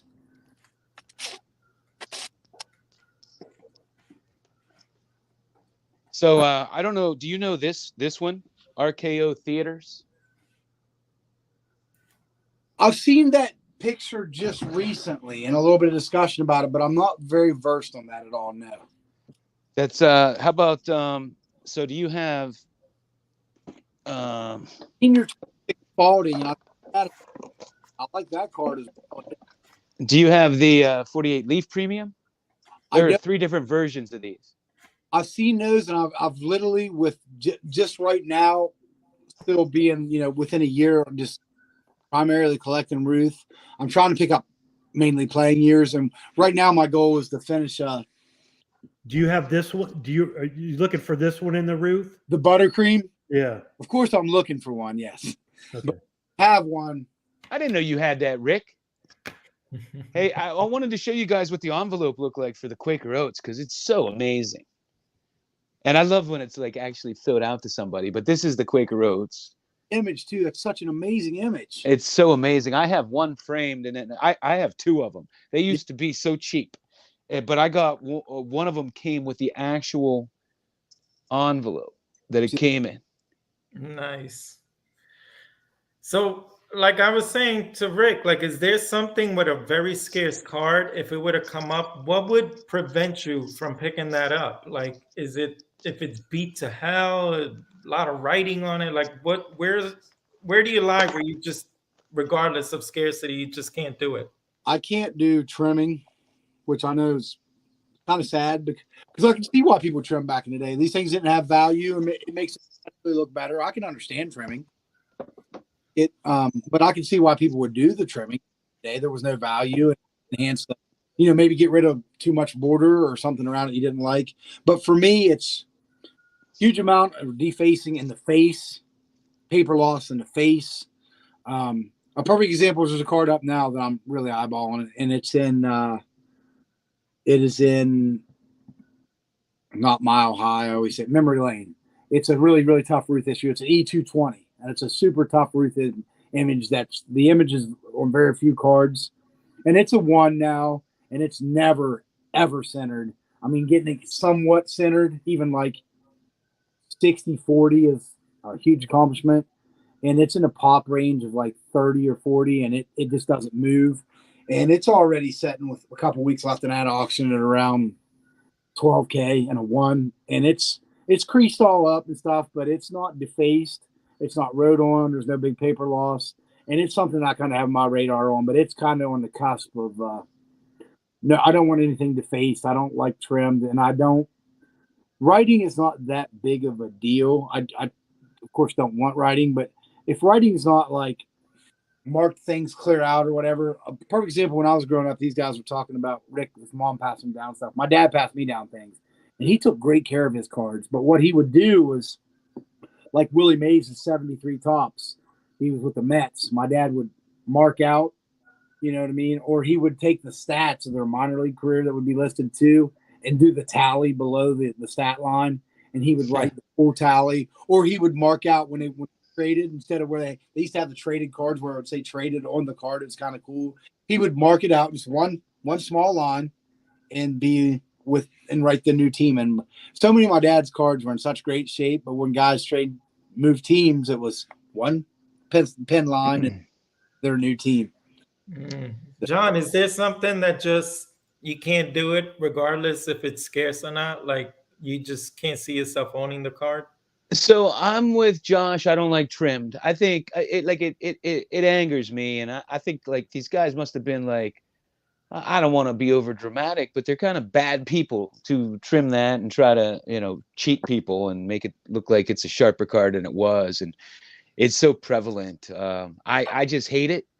I will buy A's like in the 1800s, hand cut cards, but I don't like to buy A's. Like I don't care if it's lower condition. I don't want it altered. And we, they're just starting to tell us what's altered. We never knew that before. They just put an A on there. You don't know what you're buying, right? So I guess there may be certain circumstances where why it's altered would matter to me. That it wouldn't be a big deal. Like for instance, Collector's Dream has that 52 mantle that is just undersized from the factory. It's not trimmed and it got an A. Like I'd buy that all day long, because it's not up to SGC or PSA to tell Topps they didn't make the right size. Like that's the way it came in a pack. And that's ridiculous to me too, to do that. It's ridiculous to classify that the same. Yeah. Right. I'm with you on that. Like I just feel like I don't go after really scarce stuff all the time. Some of it with the price points, it's probably more than I can do now with my situation with my son entering college. So I'm trying to be a little more fiscally responsible when it comes to cards. And you have to put your priorities in order. And cards sometimes can get to be like a drug or an addiction to where you don't even notice. And when you look back, you're like, what am I doing? Like all I do is get home, check my phone, check what's coming up, check to see what's going up. And it's nuts. It takes over your life. But with the scarce stuff, obviously you have to pay up for it. So I haven't been looking at that as much lately. But I've learned if it comes up, you're not going to see it often. You need to get it if you really want it. And sometimes you have to pay up or else there's chances you're not going to see it again for another year or two. I'll tell you what sucks about collecting the obscure, and Rick will tell you, and Josh will tell you when it comes to Babe Ruth, and I'm sure you know too, James, is like you have these rare sets and you'll find one and you'll be like, I'm just sucking it up. I'm not going to find this. And as soon as you pick it up, another one will come up. Another one will pop up. And then you talk yourself into buying that one too. The most interesting to me and any of sports card trading, dealing or whatever, these guys will probably agree too, because they're even more so on the scarcity thing. Scarcity makes for the most interesting negotiations because as a negotiator, you're the guy sitting there. A perfect example is, I know I keep going back to Ruth, but that's the guy I collect. Just lately, a guy come up, he had a nice 2.5 worldwide gum, Red Ruth. I like the card a lot. He wanted 20 grand for a 2.5. I'm like, I can get a 3 in the Gaudy for that. And he was like, well, these are way more rare. And I'm like, there's a big difference between rare and as coveted. I would prefer to have a Gaudy over a worldwide gum, even though the pop is vastly, I mean, they're night and day different. I would rather have the Gaudy because it's my stuff. I like the worldwide gum, and I want one of those too. I want them all. I want every Ruth. I want them all. But when people start to negotiate, oh, it's super, super rare, and I'm also like, it also takes a special kind of person to pay up and want that card. It's not a mainstream card that everybody's going to want. So that's always my negotiation thing. Because I always hate when people, when they're trying to get a card from you, or if I'm trying to buy a card for you, to me, the worst thing that you can do is, first of all, what's your lowest? Dude, shut up. That's not a way to negotiate or talk to anybody. That's like almost insulting. I would never say to anybody, what's the lowest you'll take? I always want to be like, what's fair? What do you think is fair for both of us? What are you thinking? I have a number generally in my head that I'm thinking. If we're close and it's something I want, I make it work. You know what I mean? And so many people, like I said, they pull that or they're trying to, or say I'm trying to buy a card off you, John, and I start telling you everything that's wrong with it. Oh, yeah. Well, this card, it's not really well centered, or, the corners are kind of beat. It's got this little stain. And I just instantly go like this. I go, it sounds like a pretty terrible card. Why are you even trying to, why do you want to get it off? Yeah. Why the hell would you want to buy that? Yeah. Why do you describe it? I mean, just move on. Another thing is this: how do you negotiate a scarce card when someone has it and he's willing to sell it, but there's nothing to compare it to? Yeah, I was just going to bring that up, James. I was just going to bring that up. Like, Rick, I can't remember the card, but you were texting me the other day, and I'm like, if you want it, buy it, because you may never see another one. And you can't, there are no comps. The comps might be from 3 years ago or 5 years ago on some of those scarce issues. That was so that's a real interesting. Baseball bats one is the same. Baseball bats, there's no comp on it. Comp was 4 or 5 years ago. Right. So, in your case, how did you put a price, the top amount that you're willing to pay for that? How did you come up with that price range? Well, I try to comp it with other players in the set. For instance, it's just what I'm willing to pay, basically. That's what it comes down to. It was at a certain price, and I offered a guy, a lot less than what that he probably wanted to sell to me. And we came to a kind of a deal. So it just comes down to, price point, and am I going to see it again? What it looks like? I guess it comes just a lot of different things. Because it's hard for both parties. It really is hard for both parties. Yeah. Really, yes, it is. The buyer, it's like the seller's thinking too, like, because the thing is like Rick said, on a lot of these cards too, particularly individual player collectors or team collectors or era collectors, Hall of Fame collectors. That's why I bought the Rogers Pete, because I didn't want the standard. When I was doing my Hall of Fame run for all my first initial inductees, I wanted something outside T206s. Like I did the T205 Matty because I think it's a beautiful card. I wanted something that was different than what everybody else had, just the typical Gaudy or this and that. So I went with that approach, you know what I mean? Or like M113s, or it wasn't so much about the value. I went with images. And that's how I used to always collect, Josh. I still do. I just buy what I like. What is that? That's the Herb Show that up again. The Roger Pete. Rogers Pete. These are very rare. There was one. Who is that? I didn't see it before he went back to 4 screens. Who is that? Herb Pinnock. Oh yeah. But there's a Garrick that just sold recently. That the stained one. The stained one, yeah. In an auction. But you might see, let's say, I'll go back to that baseball bats one. You might see, or Roger Pete's one. You might see a sale that somebody offered, like, I don't know, let's say $10,000 for a card, and then 2 years later, $7,000. Now it's $14,000. So it's whoever wants that card is going to bid up for it, and the price. So it's just hard to gauge what the card's actually worth, but what it's worth to you is kind of what matters, I guess. Hey guys, James, I gotta jump off. It's date night with my wife. I talked her into letting me be on here for a little while, but I'm gonna have to go. Well, but Rick, I wouldn't have missed being on here with you for anything in the world. Look at me. Yeah. Josh is the man, though. He's the most interesting collector, man. I admire him, how he collects. I paid up for that Ruth, man. I'm kind of proud that you once owned it, because I know you don't buy just anything. So that's really cool that you once owned that card. So that's a cool provenance. The origins of that too, and what I paid for it, and like I said, now how it changed hands before. Yeah. I'm glad that you got it, because thanks again, John. It was good seeing you. All right, John. It was great being on here. Thanks, guys. Thank you, John. But when I seen that, because I liked it a lot, and it was one of the few cards when I let it go. We've let cards go before, and we all love our cards, but I regretted it. And then, like I said, I found the upgrade that I have, and it's like I said, it's a slightly more eye-appealing example, not a crazy amount, but a little bit. Yeah. This was still right at the time when I picked it up, because when I let that go, I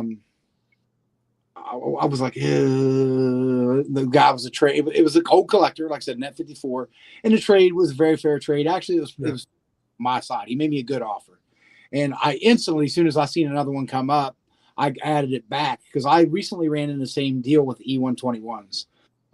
I sold my ball and hand E121. I had a one that was heavily creased, off center. I bought it from another Canadian collector. He gave me a very fair price on it, and I wanted to keep it. Well, I ran into a guy. He's huge on Net 54, and I don't want to throw his name out there because some people are uncomfortable. Yeah. He just recently started an Instagram. Well, he was looking to complete, I don't know, but I think 3 people that have the full set of all the E121s. When I let it go, literally taking it to the post office, wrapping it, putting it up, I'm going, and he paid me strong for it. He made me an offer that where I couldn't turn it down, to be honest. And I was like, sometimes that doesn't matter, you know, and I'm going. So I just started checking auction houses, and I seen a really nice PSA 2 ball in hand came on to Golden. And I was like, it's all right, I'm getting that one. It's a 2 that looked like a 4, razor sharp corners, had some very, very light, non-distracting, almost like vanilla staining. On a white, black and white card, vanilla staining doesn't really show. You know what I mean? Almost like a stain would be on this book. So I'm like, I'm going to get this card. It's all right. It's no big deal. I'm going to get this card, and I'm going to get this card. I'm going to get it off of Golden. Well, I'd set my number. My number was 18, even on a 2, because I had the funds put back, and it went over 20, and I was like, no, because the pop on it is 81. And I was like, no. So I was like, okay, these Gaudies are everywhere. I was like, I'm not missing this card again. No way, no how. One came up. I had an opportunity, a collector in Philly. He had a 4, which is the finest existing SGC. And I'll send you guys pictures. It did not look as good as the 3 that I now own. Well, a 3 was coming to auction, and I said, I'm not losing. It's where it come down to where we were discussing what will somebody pay. I already had in my mind that I'm not losing. You know what I mean? I have a certain amount of money unless this just gets absolutely out of hand and past my top. And I did give myself a limit, not losing, but within a limit. And the funny thing was, it came from that one came from Mile High, and it was about 2:00 in the morning, as we all know at the auction houses. Yeah. And it was the last 20 minutes, and it had hit my, I'm going to pay whatever it'll take to get top end. And I'm like, ready to cry. You know what I mean? I'm like, I want to lose this freaking card again. So those 20 minutes were excruciating. I'm literally like laying there, like refresh. And I'm like, please, this is my top. I want this card so bad. Like, this is a strong number I'll put in. And then eventually I was like, winner, chicken dinner. It hit to my top. And I was like, and when I got it in hand, I don't have it now because I just recently sent it it was an old slab. For a new slab, you guys can find it easily with the research. It's a beautiful card. It's centered well. It's a 3. No creases, has just soft corners and a little so I'm not going to break the card down because it's a beautiful card. And I got it. Oh, thank God. So that brought back my 4 because I have the E121 is his most coveted from 1921, the series of 80. Mm-hmm. Series of 80 and a series of 120, which has 3 photos: the montage, the with bird, and then just the ball in hand. And the throwing is actually from 1921, and it has 3 variations: George, which is extremely tough; Babe without quotations; and Babe with quotations. And out of all 3 of those variations, in that card is actually a photo depiction from his rookie season with the Red Sox, and he's pitching. I have it in a crease-free 3, and it's a 50 to 60K card now. The George variation, I'd like to bring all 3 together. I know one fellow collector on Tobacco Row. He's the only person I know that has all 3 variations. He has the George, the Babe in quotations, and the Babe. One's an authentic, but it's the only known 3 brought together of the variations because the total pop in all variations are just slightly over 100. Let me ask you a question. I want to pose you a question. I would say both, or maybe all of us, we're very competitive nature. Obviously, with you do professionally, you compete. And right. Rick, you also was a gym teacher. So you were probably very athletic and it rolled over into being a gym teacher. And me, I'm competitive. I played all sports. There was a game happening, I wanted in. Even if I wasn't great at it, I'll figure it out. But I'm just going to say, when it comes to cards, does that competitive nature roll over? Because I find that sometimes it does. And when I win a card, it gives me that rush, the equivalent to like when I win a game or something. Do you feel that, Rick and Josh? Oh, yeah. Yeah. Yeah. I mean, just like Josh saying, he's up at 2 a.m. trying to, am I going to get it? I mean, it's competitive. I And can't, sometimes, and literally can't come down afterwards. I've told my wife I couldn't sleep. I was just too excited after I won something. But I also don't get into, I tell people this too, I don't get into, and a lot of collectors do, and it's just human nature, honestly. I don't get in with keeping up with the Joneses. Yeah. That's no way to collect. That's no way to be as a person. yeah, You know, I don't do the keeping up with the Joneses, because if we did that, there's always someone, something. I'm happy for people. You know what I mean? I'm, like I said, you do see some people, and I can tell if something hot, somebody picks one and it grabs your eye, and I'm always like, great, that's an awesome card. And you might want it for a few minutes, but like I said, you gotta, with the way things are now, I mean, I hate using the word, but the money that we're spending for some of these cards, like you said, you have a kid getting ready to go to college, you have to start factoring in. You're like, wow, like I wouldn't go. I have some cards I wouldn't spend that much money on a vehicle on, and that's almost, if you think about it, kind of sick. You know, I got cards that I've literally told my wife. There was about a month or so ago when I was thinking about getting a vet. I was like, how about in the summer? We both have SUVs, you know, great in the winter, and we're in Ohio. And I said, what about a vet? I was like, I'm thinking I might go buy a vet, just buy one cash. I was like, I'm either going to buy a vet or a card. What did I buy? I bought 2 Babe Ruth cards, but I was like, I'm either getting a vet or a card. And my wife's like, and here's where you got a great wife. She goes, well, then there's storage and stuff, because we don't have a garage. We have off-street parking and everything. And I go, yeah, great point. And she goes, then you're always paying insurance. It's not going to be a daily driver, and cars depreciate no matter what. You know what I mean? The mileage and years, they depreciate. And she was like, I would just get a card. And I'm like, I married the right lady. Not only is she cool, but I married the right lady, because I've literally sold cards before too. And she goes, Josh, why did you do that? Why did you do that? And I go, babe, dipping our savings. We've paid everything off due to cards. I did that too. You know, we're still very early 40s, but I told her I want to maybe have the opportunity to retire early. I have maybe a little bit of probably a very average income, but I've always been very smart. I'm from the country, small town guy. I've always been very, very smart with my money. I don't do anything stupid, or I can't put a card on. I don't care what people do. I can't put a card on a credit card. I don't own a credit card, actually. I never have. You know what I mean? I'm not going to finance a card. I can understand people want to, whatever, and it's not a shot on them, but I'm not going to put myself in that situation over cardboard. To me, that's just not feasible for me. It's not a good way of thinking. No matter what it is, it's not going to be that important to me. You know what I mean? And I love the hobby. You know what I mean? Right. And Brick, how does your wife feel about your collecting and your passion for all these memorabilias?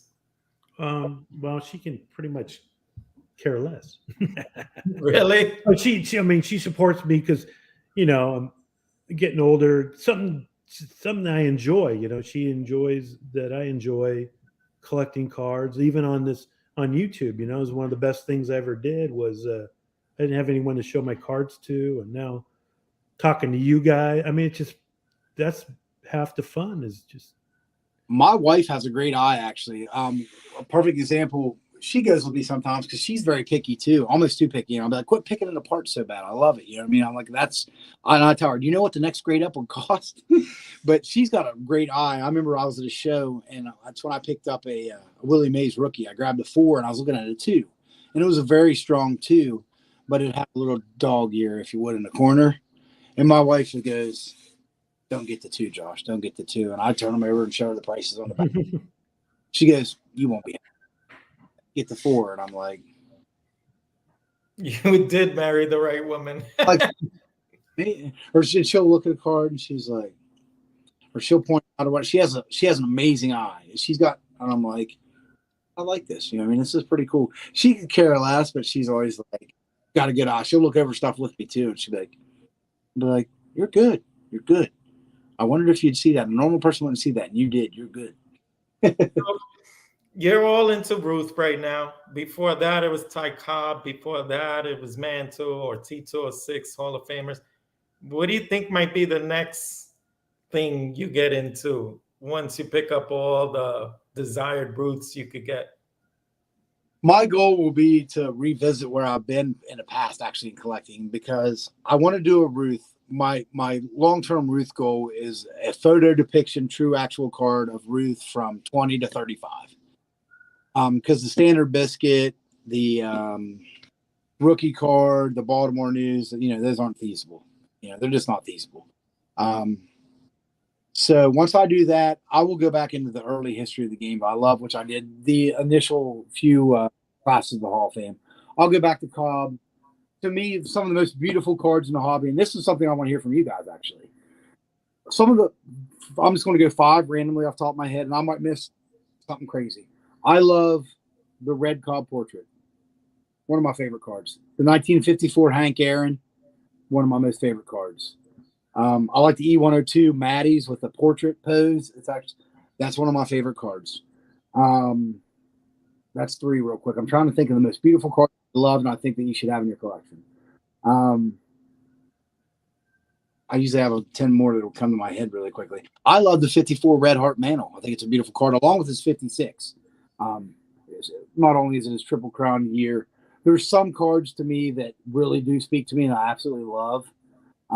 I love the T205 set much better than I do the T206. I think T206, people want to, so many of my friends, I have a couple friends that actually have some of the finest existings in Ohio that are known, the finest existing sets, and have 2 or 3 sets of the T206. But I love the T205. That's one of my favorite cards. His E90 caramel, and that is my favorite card of Cy Young. Those are cards that I feel once I get the stuff I want back in my collection. So cards that right off the bat, top of your head, that you're like, love that card.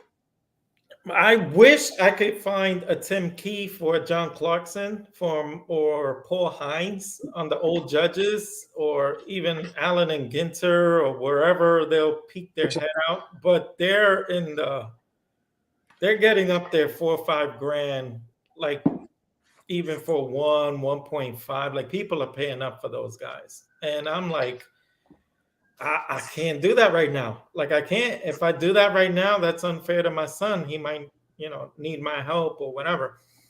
And those are cards that Cy Young is starting to climb up there. Like people would swear, I guess because of the award, that Cy Young is the best pitcher that ever was. That's something that crossed my mind as far as debate for tonight too. Cy Young wasn't nearly as good of a pitcher as Matty or Wojo, but right. Here's where I always have this debate, and people get so bent on this. This is football related. You guys football fans as well? Watch football? Yeah. Okay. Mm-hmm. I get into this discussion all the time, and that's perfect to this discussion and mirrors it. Cy Young, the 5'11" is never going to be touched. So I think that he still has room to continue to like escalate in value and worth because those numbers. Because people are going to look back in the past 10 years. And I tell this to everybody, and it's going to be a football analogy to quarterback. For years and years and years, people are going to look back, not watching the game like we did, and say Tom Brady is the undisputed greatest. He did win the most titles and stuff, and I do think Tom Brady's great. This isn't a shot at Tom Brady. But to me, for a long period of time, Peyton Manning was the better quarterback. Aaron Rodgers was the better quarterback. Besides last year's little hiccup, which still was a great year, Mahomes, Breeze at times, Roethlisberger just a slight below. But I've seen Dan Marino Dan Marino is the greatest true quarterback ever as far as a quarterback. But the stats for Young is going to propel him to people that didn't know the game, or it's not so much in the history. They just want to generically look at stats. And like you said, they say Cy Young, and Cy Young wasn't, pardon the expression, a pimple on Wojo or Matty's butt. He wasn't, but his prices are more than Matty or whatever. Like he's more challenging. I think so. I think that Wojo takes the cake, and then Matty and Young really kind of battle out right there.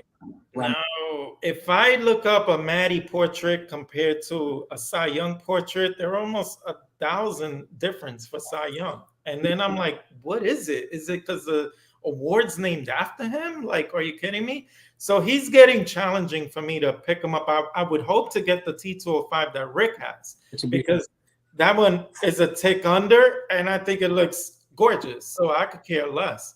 I like it a lot better. Those cards, when my son is done with college, if I don't trade to get any of those cards, I'm gonna probably see 8,000 price tags on those cards, and I'm worried that like at that time it's like whatever. Then sometimes you have to punt the card that you'll never get it.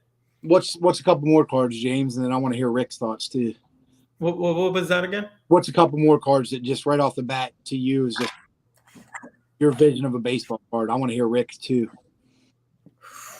I'm starting to never get the Cracker Jack set, like big Hall of Famers. I don't know if I could sniff them anymore. The people are paying up for those, man. Like unbelievable. That set is. I don't own a Cracker Jack card, but I've learned that just owning a card to own from the set, from like a common player, doesn't move me as much. There has to be a name. There's some great pictures though that is somewhat affordable that you might like. There you go. Look at that. Eddie Plank is another player that I wouldn't mind owning a card of his, but his cards are nuts. Even Joe Jackson's another one. I can never fathom owning a Joe Jackson. Me neither. The Fred Clark in that set is a very, very beautiful picture to have and somewhat affordable. It's right. Let me put Rick here because he's showing some fire over here. Show us some. Well, I'm a huge fan of the Cracker Jack just because Cracker Jacks. We all eat Cracker Jacks, right? So Mordecai, Rabbit Moranville. This is my first one I picked up. 15. Evers. These are just beautiful, beautiful cards. And that's a 5. Lord have mercy. This one. Oh, this I just love this one. That's Eddie Cocky Collins. Like, I have the Mathewson. It's not here, but I love the prices just skyrocketed. I wanted a Walter Johnson. I mean, it doubled what I thought I was going to pay for it. And Grover Cleveland Alexander. It was that auction house. God, what was it? It was at the National too. It was a recent one, a couple months ago. They had tons of them. Who was it? Was it Mile? Was it maybe Mile High? Yeah, because they had tons of them. I think Mile High. Yeah, Mile High. Beautiful Walter Johnson. Man, that thing. They're crazy. Crazy. That's one of the other cards that I forgot to mention is the Cracker Jack Cobb. It's another one of those. Oh, yes. 54. The 54 Aaron. I love that card. Like I said, the red Cobb, even though it's a super print, it's highly abundant. I love the card. I like it better than the green. I've had 20 of both. You know what I mean? But I not 20, but I've had probably 10 of each. But I like the red better than the green. Mm-hmm. It just speaks to me more. Like I said, the Cracker Jack Cobb. There's a few cards, and those ones will always be like, man, I love that card. I love it. Yeah. And then the last set I wish I could have maybe jumped into a little bit harder was the Ramley set, just because that set is just hard to find subjects in. And then Orlando, the collector's dream, he said the Walter Johnson Ramley card. Yeah, okay. That's like a $30,000 card, that Walter Johnson. It's a beautiful. I had the Fred Tenney, I think it was, with the Ramley, and then that one I traded to get the Grover Cleveland Alexander because I really wanted that American Caramel. But just a gorgeous set that I wish I would have been able to maybe pick up a few of the Hall of Famers that, had some substance to them. And I think that's a beautiful set. So I guess Rick could answer your question now. No, I mean, the Cracker Jack, the Red Hearts. Whoops. Yep. Red Hearts are just beautiful. Beautiful cards, all of them. I love the music too, and I love the man. Let's see.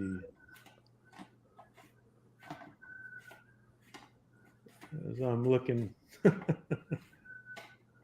mean, I don't know a card I don't like, you know what I mean? So it's hard to, I'm trying to find, I mean, this is a beautiful card. That's one. I think another one. You're right. I think Jackie has a lot of ugly cards, and that favorite Jackie card is the 50 Bowman. I love that card as well. Yeah. Oh, I have another card I wish I would have bought a few years back. And it happens to be, let me look for, it's on the logo right there. that Burke Well- Ross Jackie Robinson is one that I wish I would have bought a long time ago, because right now that card's like 2,500 to $3,000 for like an 2 maybe or 1, and it's like I love the look of that card. And centering is a big issue with that card, but that is one that I wish I would have pounced on way This is earlier. one of my favorite rookie cards. Hey, Beautiful.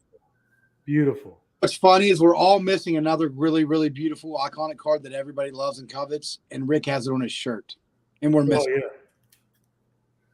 It's one I of my have one of those. That is by far Lou's most beautiful card. Yeah.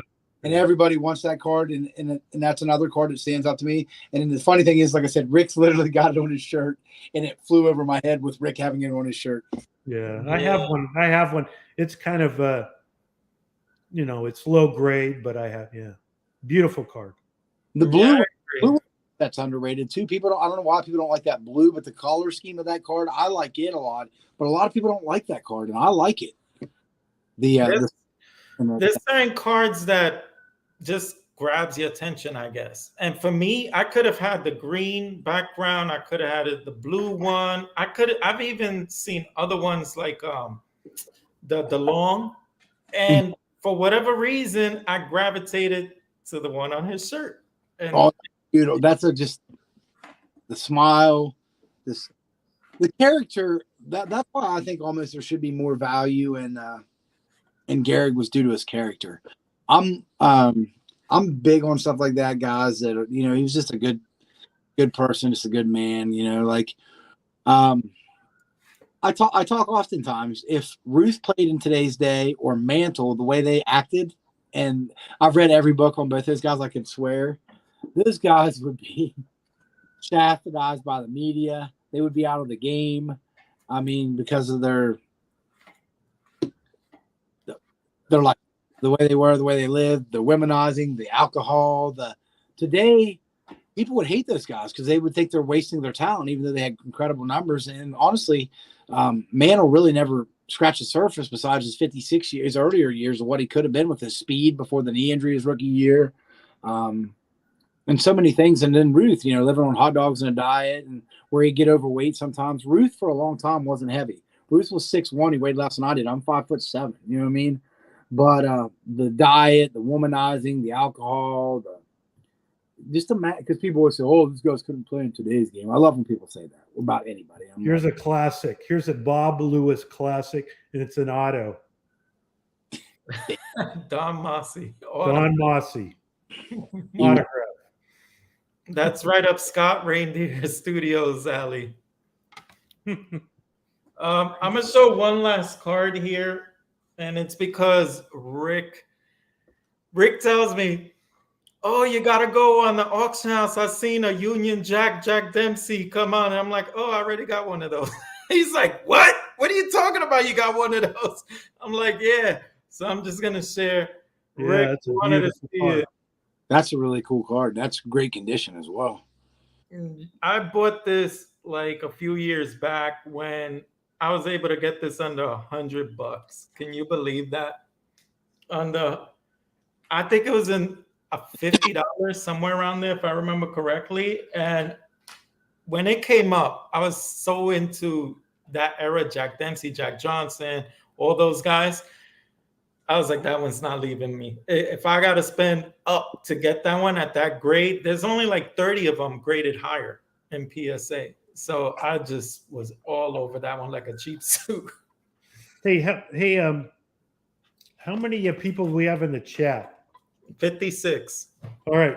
I mean, it's not a big boy card, but if you come up with something, I'll give this one away. What do you mean if I come up with something? Well, come up with some kind of giveaway idea, number or a question, or That's a cool card. I'll send this to someone. Send it to me and then I'll figure out if I want to give it away. All right, so listen, do like some question, and whoever gets the answer right first, I guess you could send are you able to monitor it though? I'll monitor it, but I'll figure it out. Who's in there? Don's in the stream. He can determine the who was Yeah. first. You know what I mean? Right.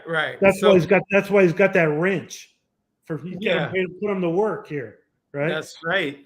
How about we'll just do how about just a number between, I don't know, you come up. No, come up with a question. Let's do a good trivia question. God, I'm terrible at this. You come up with a trivia question. Oh my Lord. I don't know the answer to it. Doesn't have to be I'm gonna look something up.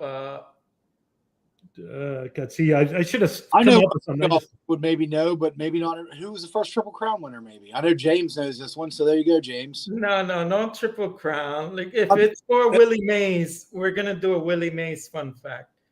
All right, let me find a card here, the Mays card, and I'll. Okay, what? Let me see. What? Go ahead. Let me see. I want to come up with a decent one. How about how many hits did Willie Mays have for his career? It's a good one. How many hits Willie Mays had for his career? Yeah. First one to answer that. Everyone's gonna dig for their phone right now. No, it's a tricky question. You know why? Why? Because they just counted his Negro League. Yep. We've added. So you have to qualify that. How about with the Negro League stats? With the Negro League stats. There we go. Because I think he has, I don't know, I'm guessing 7, 8, 10, 12, 15. I don't know how many more hits. Or maybe more than that, maybe. I don't know. How many total hits did Willie Mays have, including with the Black Barons? First one gets it right. I don't even know the correct answer, though. So you have to look it up. Chris, Josh doesn't want to look it up because I don't want to look it up. I'll mess up my. I see Hodges, 1455. Got it right. Is that right? With the 432.93. I don't see Where's Don when we need him? He's supposed to be the one. Look at Don. It says, text me the answer. Is that correct? Well, I don't even know. Hodges was the first one on my comments to get it right. Then Chris R. And then after that must be correct. Then. Must be correct. So Hodges 1455. I guess put your email address so I could here he can email me. I'll give you my email address. It's very simple. It's vintageoddballcards@gmail.com. vintageoddballcards@gmail.com.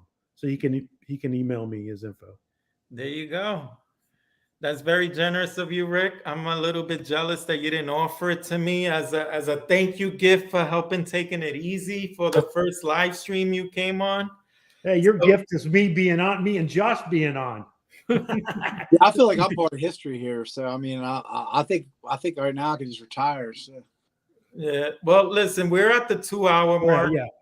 And I guess this is the longest stream I've ever had, 2 hours. I think maybe the Mount Rushmore was about 2 hours. But with that being said, I want to thank you both, Josh, Rick, Vintage Oddball Cards. If you guys aren't subbed to them, do yourself a favor. It's JStottlemire1 and Rick, Vintage Oddball Cards.